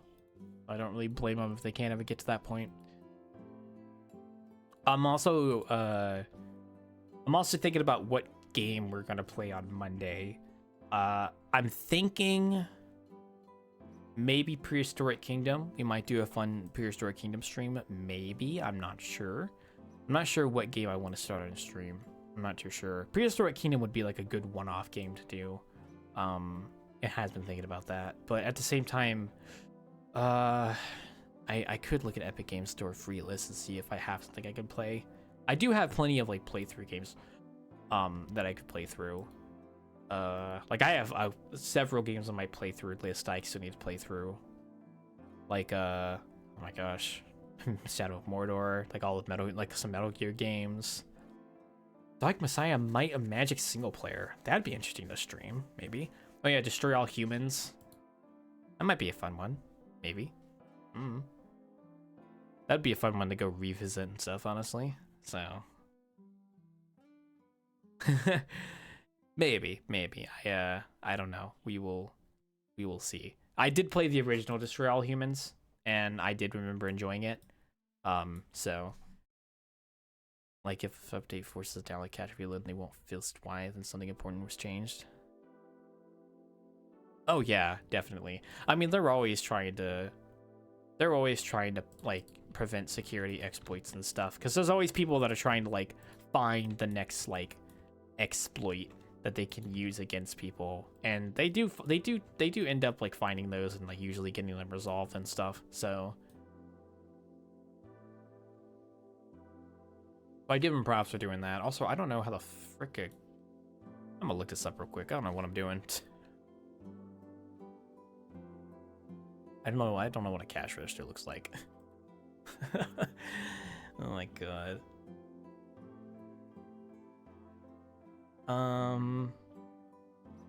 Cash register. Oh, so it's like, I see. Oh, that's like a basic cash register, yeah. Okay, I see what it looks like now. Okay, I can make that. That's not that hard. Oh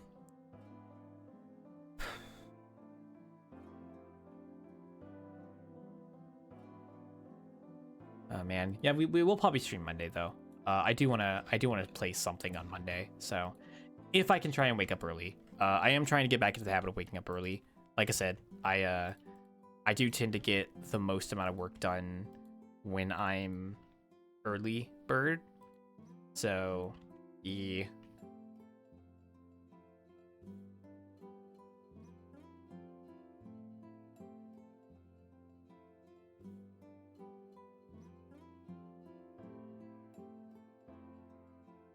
Maybe.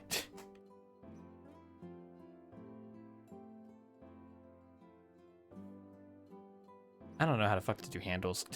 I don't know. Oh fuck. I don't know what I'm doing.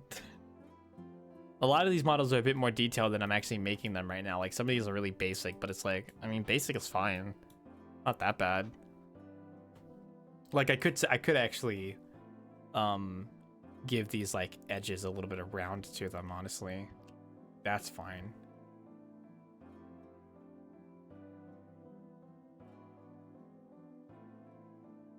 There we go.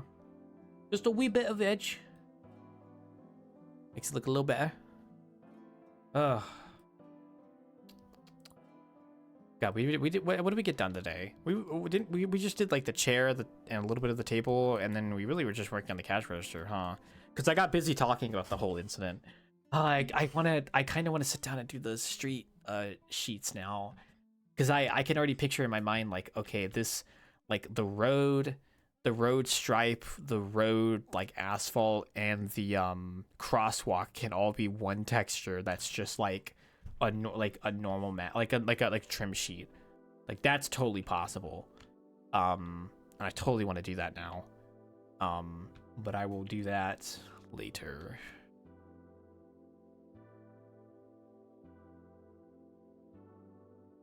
later.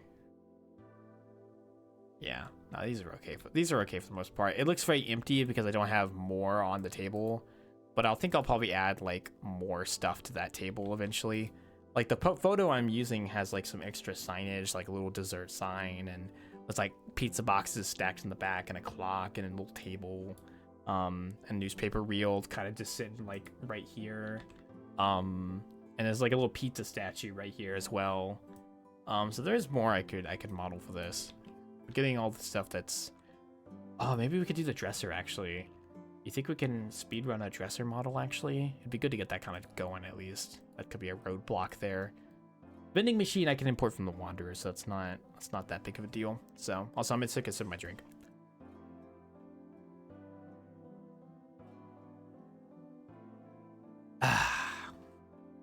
Yeah, I will try to wrap up at 9 though, because I do wanna go play some Animal Crossing a little bit before I potentially get on VR chat. So we got about another 30 minutes or so, I would say. That sounds good. Good. It will be nice once I get into like map commissioning stuff, because I'll have the motivation to work on stuff because it's a commission. And it's like, okay, this is no longer like my little personal project. This is like, I'm getting paid to do this. I need to sit down and do it. So at least that's what I tell myself. So. Oh yeah, we need to put these door stops on the bathroom doors too, I think.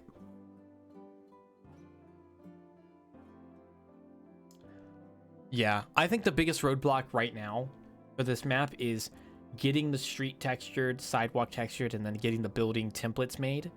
Once I get that done, it's really just street lights, and then furbishing the alleyways here, getting the tables and chairs like textured and installed, finishing some extra assets, you know, getting the dresser stuff, getting the vending machine installed, getting the soda machine made, and then just getting all the bathroom stuff imported. And then really all that's left at that point is honestly just like modeling the kitchen stuff, like modeling like all the stuff in this kitchen. And then once I get that done, like I just need to make sure I got the lights in the right spot, and then I could just import it into Unity and honestly get it set up. I mean, light maps won't be too hard to make. I know how to do those. So yeah, like honestly, we're like, it feels like we're at the finish line, but we're also not at the finish line. We're gonna definitely need some tweaks though. But it is kind of cool. It is cool to think that we're getting to a good point. Because I did spend a little bit of time texturing already, so that's nice. So in all, we're actually not too far off. It looks like it's kind of empty, but like a lot of the really hard work has already been done, getting the building actually made. The biggest thing I think that's going to be rough is getting these outside streets, like these buildings made, which I could maybe do that right now actually. I could maybe start working on a template. Like I could take like this one right here and turn this into a little template, because like I have a few building like front building designs that I could use, because most of these won't have alleyways. Maybe like one of them might, who knows. But most of these won't have alleyways, which I probably should at least put like maybe 1 or 2 more alleyways with a little back secret area maybe. But for the most part, like it's just gonna be the storefronts, and then like maybe the tops of the buildings, maybe. Well, not the tops of the buildings, because you're not going to be able to go up there. Yeah, that might be a good idea. I don't know. I'm, like, motivated now. I'm, like, motivated, but I'm motivated in the sense that, like, if I wake up early tomorrow, I'm going to, like, go ham at this. I might even stream dev stuff tomorrow, actually. I'd be tempted to, honestly. Honestly. Maybe. I'm just sitting here, like, lollygagging, though, because I'm not, like, I'm thinking of what I want to do next. Yeah, because getting the actual storefront modeled won't actually take too long. And the nice thing is I can reuse these doors and just retexture them if I want to. What are you thinking? Do you think we should go do the buildings, or should we model this little shelf here? We might model the shelf here, actually. It's probably the easiest thing to do. The real question is, do I have a reliable photo source that I can find?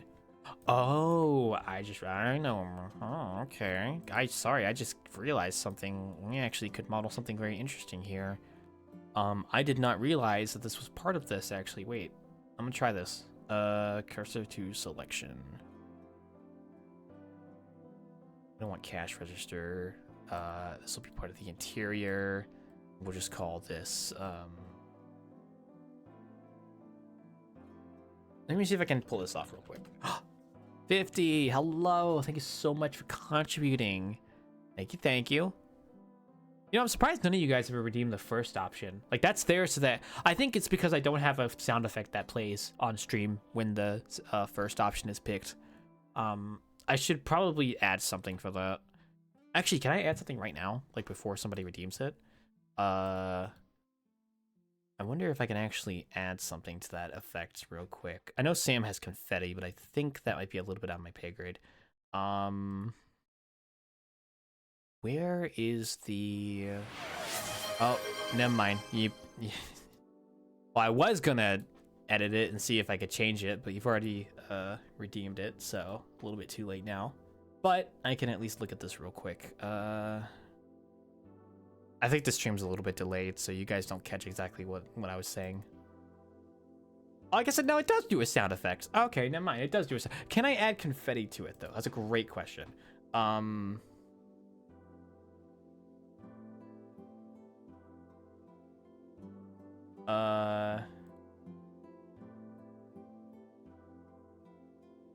You guys can't see that, can you? No. Okay.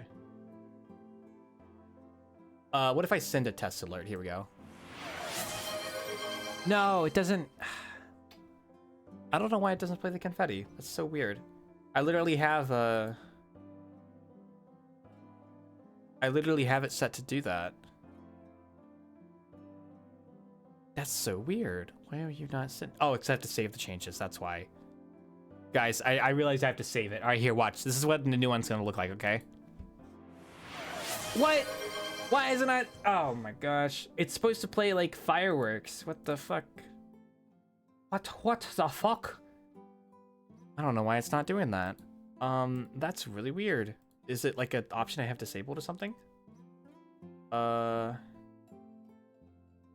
totally not lollygagging.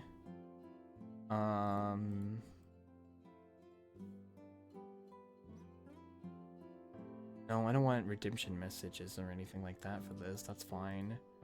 Visual and sound, maybe? That might be why? No. No, that's just like images. Really? I'm so disappointed. I was hoping to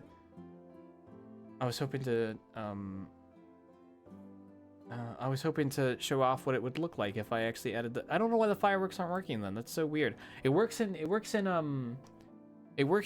the alert editor, but it's not working. Okay, whatever. All right, I tried.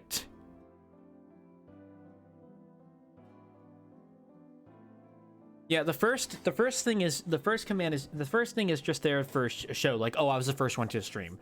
Sam has that on his streams, and I always love redeeming it because I'm always the first one there. So, the lurk is just there to be like, oh, hey, I'm lurking. Here, like I could redeem it real quick just to show it off. You what? Yeah, see, so that's just a signifier, like, to me that, oh, you're gonna be lurking for a while and not really talking too much, or you're not gonna be around. So it's like, okay, fair enough. Also, BB, oh my gosh, thank you so much. You guys are doing great with the contributions. Okay, what are we at? 86%. We're at 86%. Oh my, we are actually going to make this. Actually, you guys are 10,000, I think, off right now. You guys are about 10,000 points off from the goal. That means if I do one more stream and 5 people contribute the max, we can make it. That's cool. Or if one person contributes the max for the next 5 streams, which would be Monday, Wednesday, Friday. Yeah, you guys might be able to make it. Yeah, you'll be able to make it. I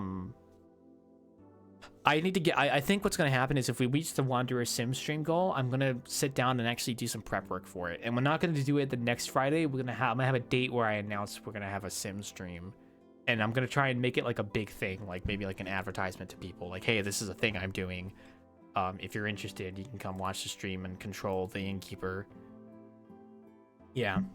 Because I might need to make some rules as well, because I know some people might be tempted to manipulate it. But it will cost channel points to manipulate the innkeeper during the sim stream. So if you want to build up your channel points in order to use them during the sim stream, you best start watching my streams, haha, and build up those channel points, haha, haha. I'm totally not engagement farming. Oh, watch my stream, watch my stream, watch my stream, watch my stream. No, joking. God, I sound like a desperate dude. Oh my god. Oh, if you like what you see, be sure to like and subscribe. Watch my stream. I'm a stream twitch.tv/Workin11. If you like what you see, go watch my stream. Go watch my stream, please. Oh, we're almost to the fundraiser goal, guys. We're almost to the fundraiser goal. Oh, we're almost there. We're almost to the 500 follower challenge. Oh, hell yeah. Speaking of challenges, what's our current follower count? 889. Damn, we are almost to 900. Oh my gosh. God damn, we are. You have 50k point. Okay, that doesn't surprise me. 50k points. Okay.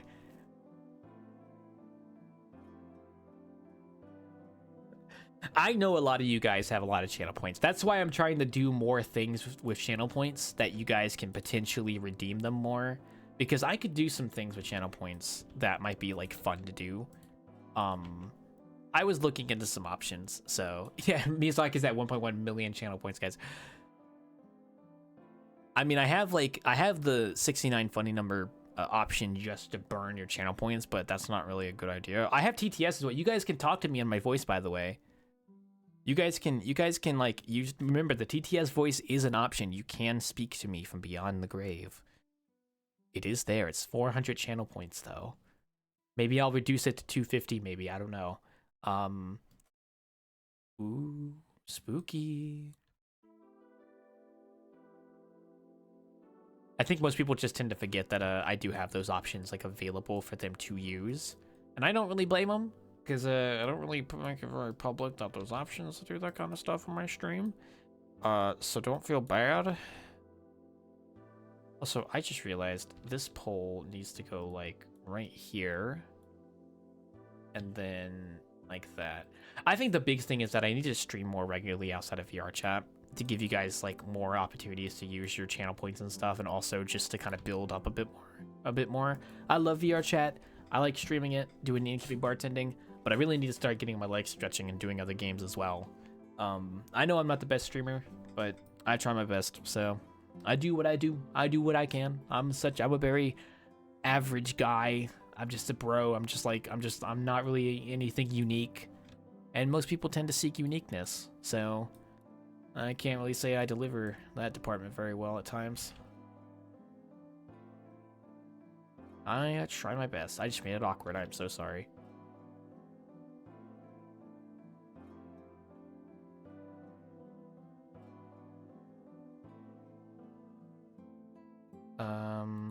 No, it's that and that. Is it all of these? Oh, it's all of them. Okay.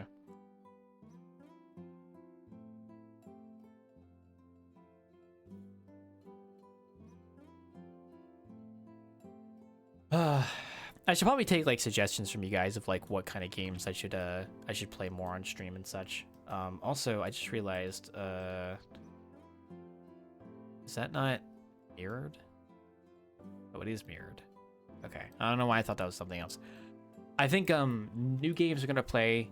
We're gonna do Prehistoric Kingdom again soon because they actually have a tutorial now, so we can actually follow the tutorial, which is based and epic. We could play Destroy All Humans. We could play Big Cat of Bikini Bottom. I am also taking game suggestions as well. I'll probably announce that in the Discord and be like, hey, if you guys want to suggest a game for me to play, like just like let me know. So, well, there did used to be a funny VR chat opinions, and some folks too often do hang out. Maybe it's there was more visual changes. Oh yeah, I remember we used to have channel point options for you guys to change my outfit. Now, I should add that back, but I want to update some avatars. But yes, I have been wanting to sit down and make some in-keeping variants so that you guys can change me into stuff. That was a plan. That was a plan. That we used to have that. We used to have those options. I kind of need to add those back. I do feel bad that I don't have them For anyone who doesn't know what the heckity heck I'm talking about, we used to have channel point options that would let you do things like close or open the inn for like 5 minutes, which means I would lock all the doors and nobody could walk in. Which led to some interesting moments, I'll be honest. Holiday modes, lots of ideas. Yeah, there's a lot of ideas there. There's a lot like there that can really be like unpacked and really add to the experience. Like if I want to revolutionize innkeeping, like my sessions, and kind of add more to it for the viewer experience, like there are things I can do. I think it's just a matter of like sitting down and actually like making those experiences and actually building them up some more.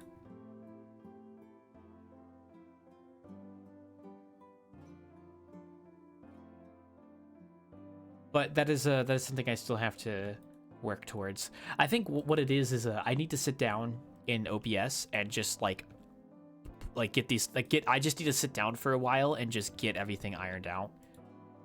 Like get it all made, just focus entirely on getting all that stuff made, getting everything built back up again, and then like from there just getting everything going and such. And that's something I should do, and I just haven't done. So origin to geometry.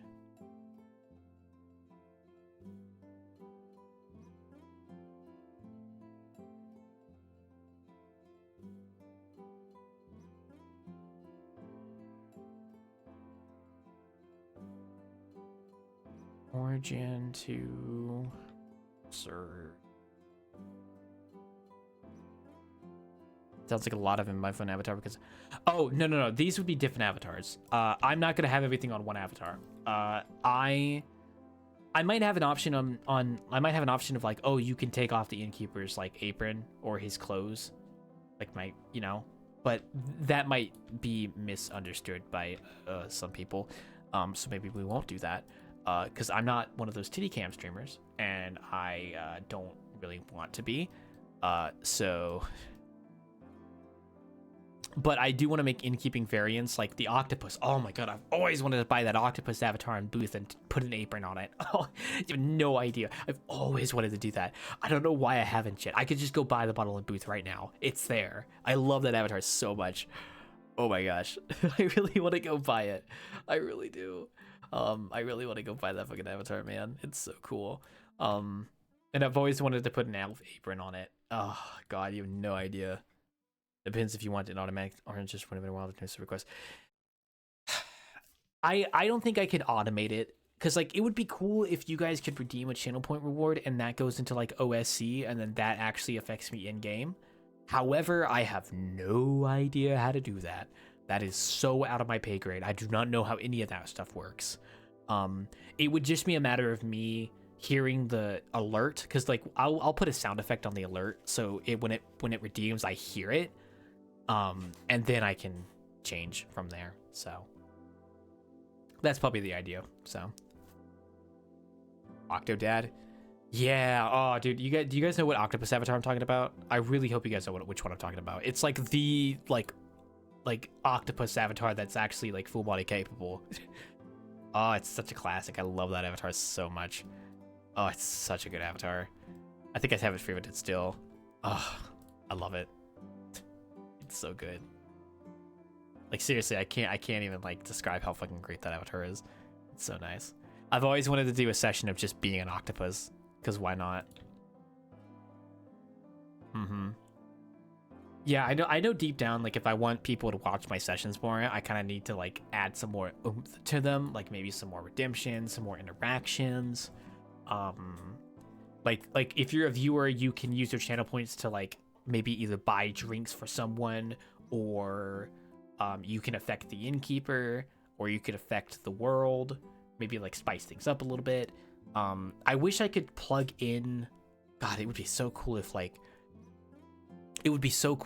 I could connect channel point redemptions to like a program that then affects things in the world itself. But I would have to plug in like the instance ID. But I don't even know how that would work. That would be so cool though, because it would be awesome to be able to do stuff like that. But at most, the most I can do is like I have to do everything manually. So if you want me to lock the in, I have to click the button, things like that. So also, if you're curious what I'm doing here, I am making curtains. Well, kind of making curtains, actually.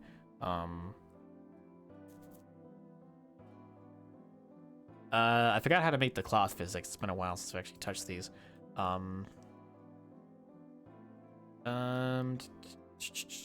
It's actually not that hard. It's literally just...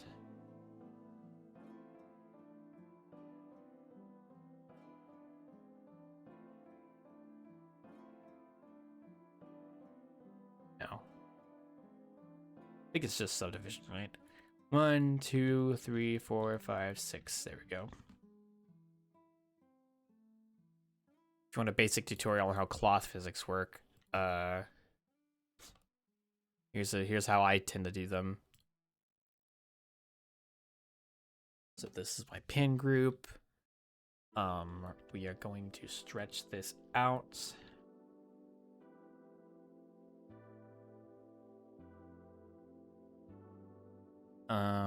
We are going to go here. We're gonna go cloth. We are going to shape collisions. Here we go. Where's the pin option at? There's a pin. I know there's a pin option. I'm trying to find where it is. It's here somewhere. No. Does anybody remember where the pin option was? I swear it was around here somewhere. Here we go. Pin.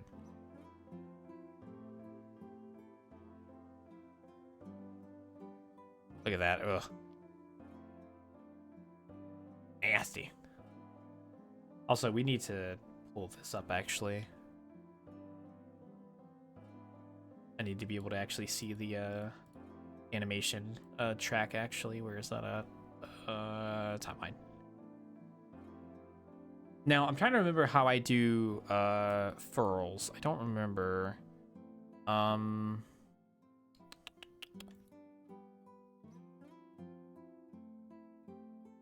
know there's a way to do I think I need to add like some kind of collider that pushes this whole thing over. Yeah, that's what I need to do. So I need to add a big old cube. And this cube is going to be collision. And then this is going to be this. And then, oh, and then we need to do that. And then play. And then we need to push this.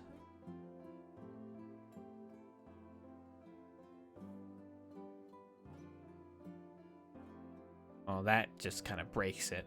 Oh, it's because it's pinned. That's why. We don't want this pinned, actually. We want this to... boop.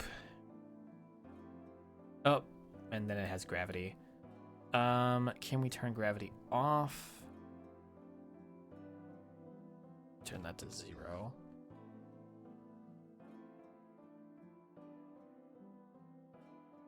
Yeah, but then when I do that, it does that. Okay, no. No, so we have to have gravity on. The hell was that sound? Oh! I was like, what the hell was that sound? Oh, thank you so much for following this, Argus. I appreciate it. Welcome to freaking getting cloth physics working. I know how to do this. It's been a while since I've touched it. I don't think... Yeah, because going into edit mode broke it. I swear there was a way to, like, furl this up. I did it with the bed. Oh, no, I did it with the... I remember now. Because what I want to do is I want to push this whole thing. Actually, I guess, like, what I could do is... have it to, like, there. And then go here and then remove. And then play it, and then have the collider slowly push them, maybe? No. Okay, what I need to do is I need to... Because it needs to stay like pinned, but then it needs to actually move to the left. I don't remember how to do that. Because what pinning does is it pins the vertices so they don't move. I don't remember how. I think I could do it on a curve actually. I don't know if I feel like trying to figure this out right now, but basic TLDR of cloth simulation. If you're ever interested in that, it's very basic. Where's the option for? Where's the funny option at? Stiffness? No.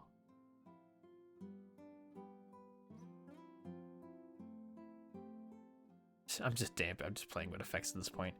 Oh, here we go. Pressure. This one's a good one. So if I turn this to 1...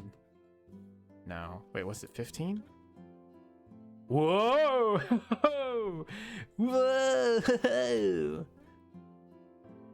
That could look cool for like I do like that.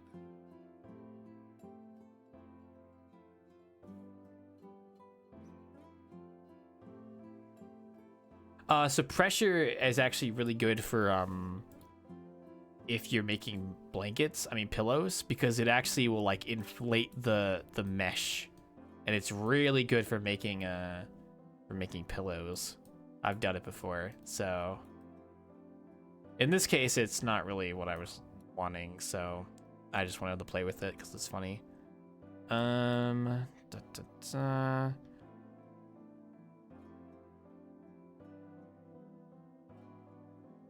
we don't want that. I'll have to look into this later because I do not remember how to do cloth. But the idea is we're gonna have hanging stuff from these eventually, like we're gonna have little furled up curtains on the corners here, like on the corner, and that would be that's the idea. However, I do not remember how to do that with cloth physics. I believe I can just model it myself, but I think cloth physics is the easiest way to do it, frankly. So. Okay. Yeah, we wanted to do the drawer, didn't we? Do I have a good photo of the drawer, actually? I don't think I do. I know it's a drawer. Oh, I do have a photo. Never mind. I found one. Okay, I actually found a pretty solid photo, actually, of this drawer, so this is perfect. So, this is apparently a drawer, which we are going to quickly speed model here real quick. Also, I forgot to say, Mr. Zargus, you're my 890th follower. Wowee. Thank you so much, bro. I appreciate it. If you're just tuning in, I am Wildclaw, the innkeeper of the Wanderer, which is a inn in VR chat. I guess you could say I'm a 3D modeler. I make worlds in VR chat from scratch for the most part, but I also host innkeeping and bartending sessions at my world in VR chat every Wednesday and Friday. So... in this case, I'm doing a development stream of a upcoming VR chat map I'm working on right now, actually. All of this is made from scratch. I've all made this myself. This is my little pizzeria that I'm working on right now. So, and I'm just kind of chatting. Nothing too much crazy otherwise. Just kind of chilling. So, I'm kind of getting to the end here. I'm just going to get at least like 1 or 2 more things modeled here real quickly. And then I will take my leave and go play some Animal Crossing, because I actually want to go play more Animal Crossing New Horizons. I actually want to go play more of that. Speaking of which, I've actually been playing a lot of that game recently, mainly because I just have not, I have not been feeling like playing anything else. I really am honest. Like, I want to play some other games, but like I just have not been in the mindset to play them. And that's just how it's been. So, yeah, it's a good game. Like, Animal Crossing is a pretty good game. Like, I've been enjoying it. I've definitely been enjoying it. It's just like the only game I've been playing, mainly because it's just so comfy. I don't know. It's just like nice to sit down and play like a very chill game like that. So.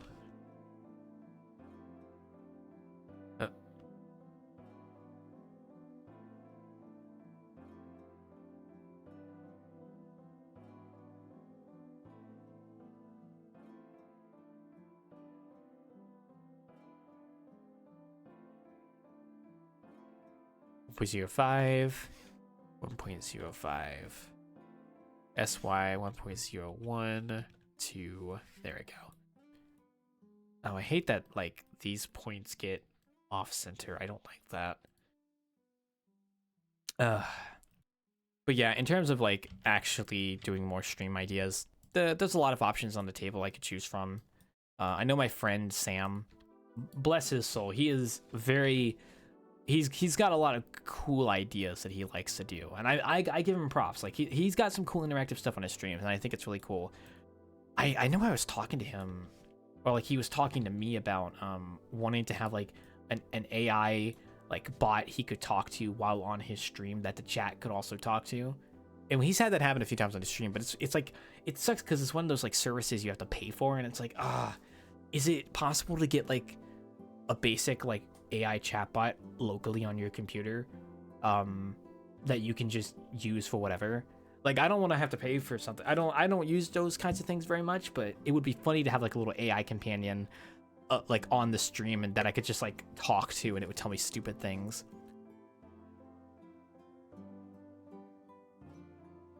You know what I mean? That would be pretty cool.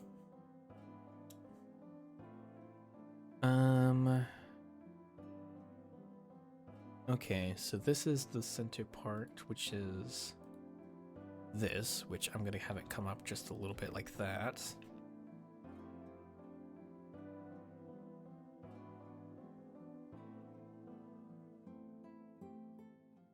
In actuality, what I need to do is I need to actually... Nah, we'll leave it. That's fine. No, because it's going to irritate me if I don't fix this. So what I'm doing is I want to...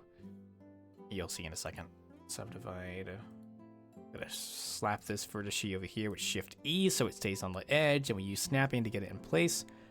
And then like a finesse, like a doctor, we take a little knife here, do a basic surgical precision. Look at that, beautiful. And then we want to be really basic about it. We go on the Z-axis, snap it, and then we could like connect this vertice, connect this vertice, and then we're gonna get rid of this face because we don't need it anymore. And then we are going. Oh, we don't need the bottom face too. Actually, we don't need this face anymore. And then we are going to quickly do some little surgery, some grafting. There we go. And we have a little extra bit on top here, which we can fill in, and we can kind of leave that if we need to.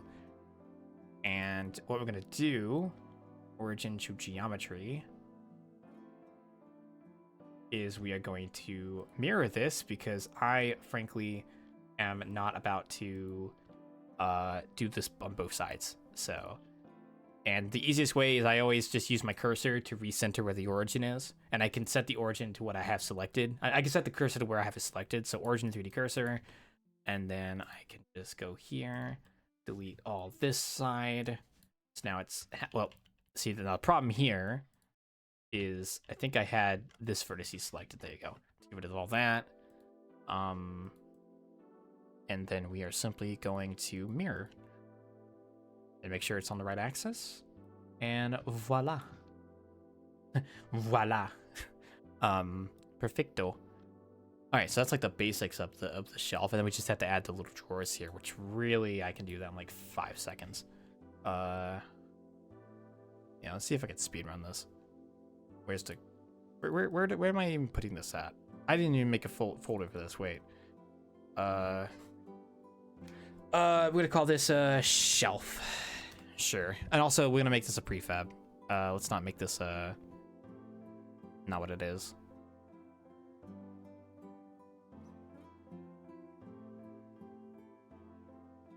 We'll call this like floor shelf. Yeah, there we go. All right. And then we're just gonna quickly. Oh, that is a circle. We want the square to go into square hole, not the circle in the square hole. Gonna scratch my eye. There we go. And then flatten this baby. Come down, forward. Flatten it some more.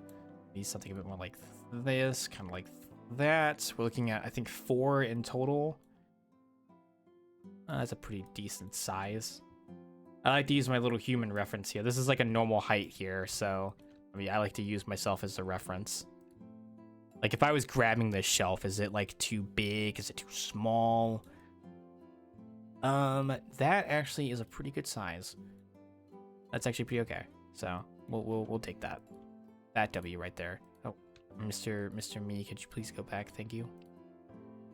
No, I'm trying to click on your bones. There you go. Okay, and then we're gonna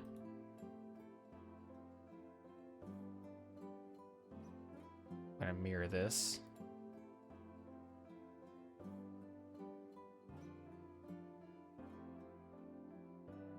Now it's 4 shelves in total. So what I'm gonna do is I'm gonna stretch these out just a little bit. Like this one is like right at the edge, and then this one is kind of next to it like that. I think that's a good enough space. I think maybe a little bit more congested like this. And then also we need to get back into model mode. There we go. And then maybe a bit more like this. And then we can make the whole shelf just a little bit smaller.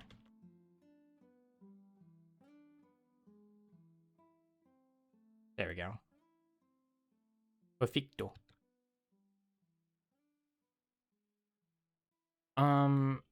And then that's really about it for that. We'll make it a little bit less wide because it's really far forward right now.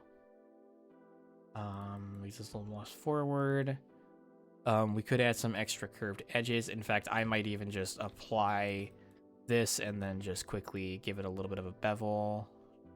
And then shade smooth. And that's a shelf. And then we're going to quickly throw together... I quickly throw this together really quickly. I think I'm gonna get the shelf done and then we're gonna stop. Cause I just like this is one of the things that was roadblocking me and I want to get it out of the way. Voila. Okay. Bada bing, bada bing. There we go. So we're just making something super basic here. Something like a little bit, maybe a little bit smaller. Now the problem is I don't know where the center of this hole is, which is why we're gonna cut that into there. Go wireframe mode without the mirror, and then we're gonna match it up to that center one right there. Perfect. And then we're gonna go back into this mode again and cut in the middle. Make sure we don't have snap on, because sometimes the snap will react to the vertices. And then we're just gonna align those vertices, and there you go. Perfect. That is centered now. And then we'll just get that in here. I think that's still a little bit too big. There we go. And then from here, we just need to cursor to selected. We just need to take a... Well, we could just take a normal sphere, actually. We could take a normal sphere, but then we could, like, reduce it down.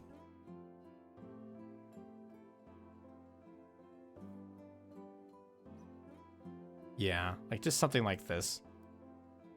Something like this, but then we're gonna cut off, like this half of it. So, vertices. Perfect. Oh. Perfect. And then we're just gonna close this.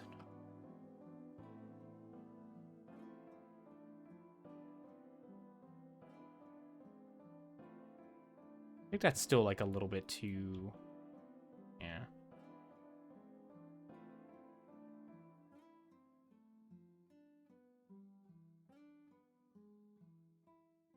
Yeah. That's good enough.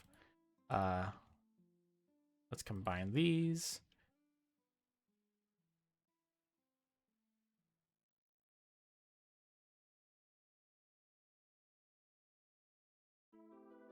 And then let's get these bad boys over here. Get rid of the snapping. Line up the top vertices because I already know they're lined up on the other axis. And voila. That's the basic shelf on the top, which I think I could make these a little bit bigger. I think they still might be, they might be a little bit too small. Which is like S 1.2, 1.4. And then S 1.4.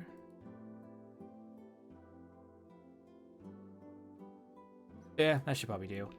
And then we need to quickly make a few more. So we need to make these ones, which is actually going to be much easier because we already have them done. So we're taking the top parts of these and we're extending them, yoink, and then we're extending the bottom part, and these are going to go yoink, like right here. I will explain why in just a moment. And then this whole bit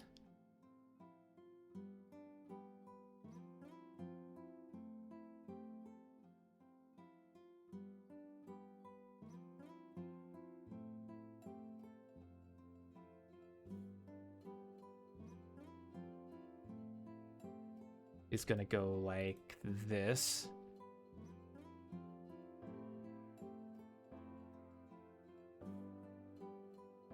And lastly, we just need to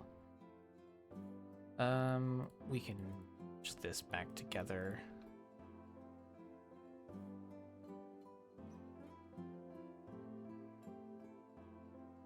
S.8, 9. S.9, okay. So extrude S.9, and then we're just gonna extrude this back just a little bit. And we also just want to make sure that this stuff is actually on the thing, you know, as in like it's actually on the curvature, which now that I think about it, I need to make this a little bit bigger.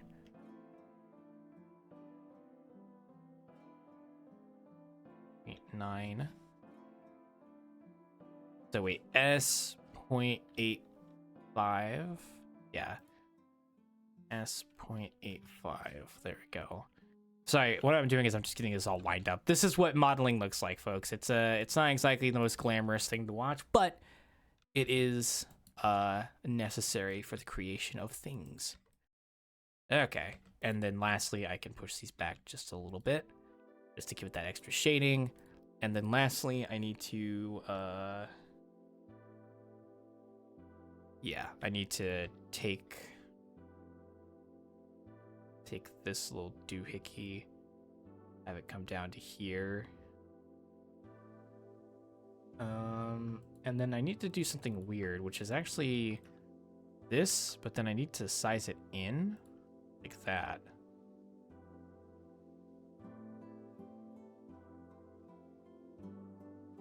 Also, we need to merge, oh shoot. There we go. Yeah, the topology is not going to be perfect, folks. So, yeah. Okay, and then we need to merge. Oh, is that like a different vertice? Oh, shoot, is it already extruded before I did this? Wait. Ah, shoot. Okay, there we go.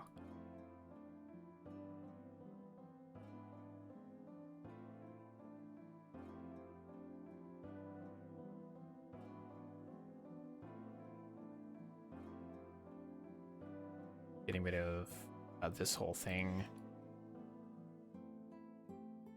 Getting rid of this whole thing. So why am I doing it like this? Because there's like a little like inset on the bottom of this that I am trying to replicate. So just give me a moment. Also, I don't know why this decided they wanted to snap forward a little bit like that. It's a wee bit odd.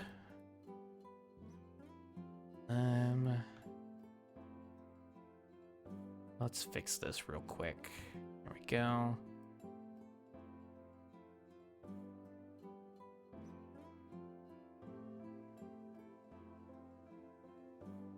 Not going to be perfect, but modeling never is really perfect. It's usually just finding compromises. I don't need this vertice. 2, 3, 4. Face perfect. Let's check orientation. Looks like everything's fine. Go back here. Voila. Look at that, folks. We now have a decent looking shelf, which I'm actually going to quickly just grab these vertices right here, and we're going to raise these up just a little bit. Perfect. All right, look at that. Shelf is completo. Looks weird because it's not textured, but there you go.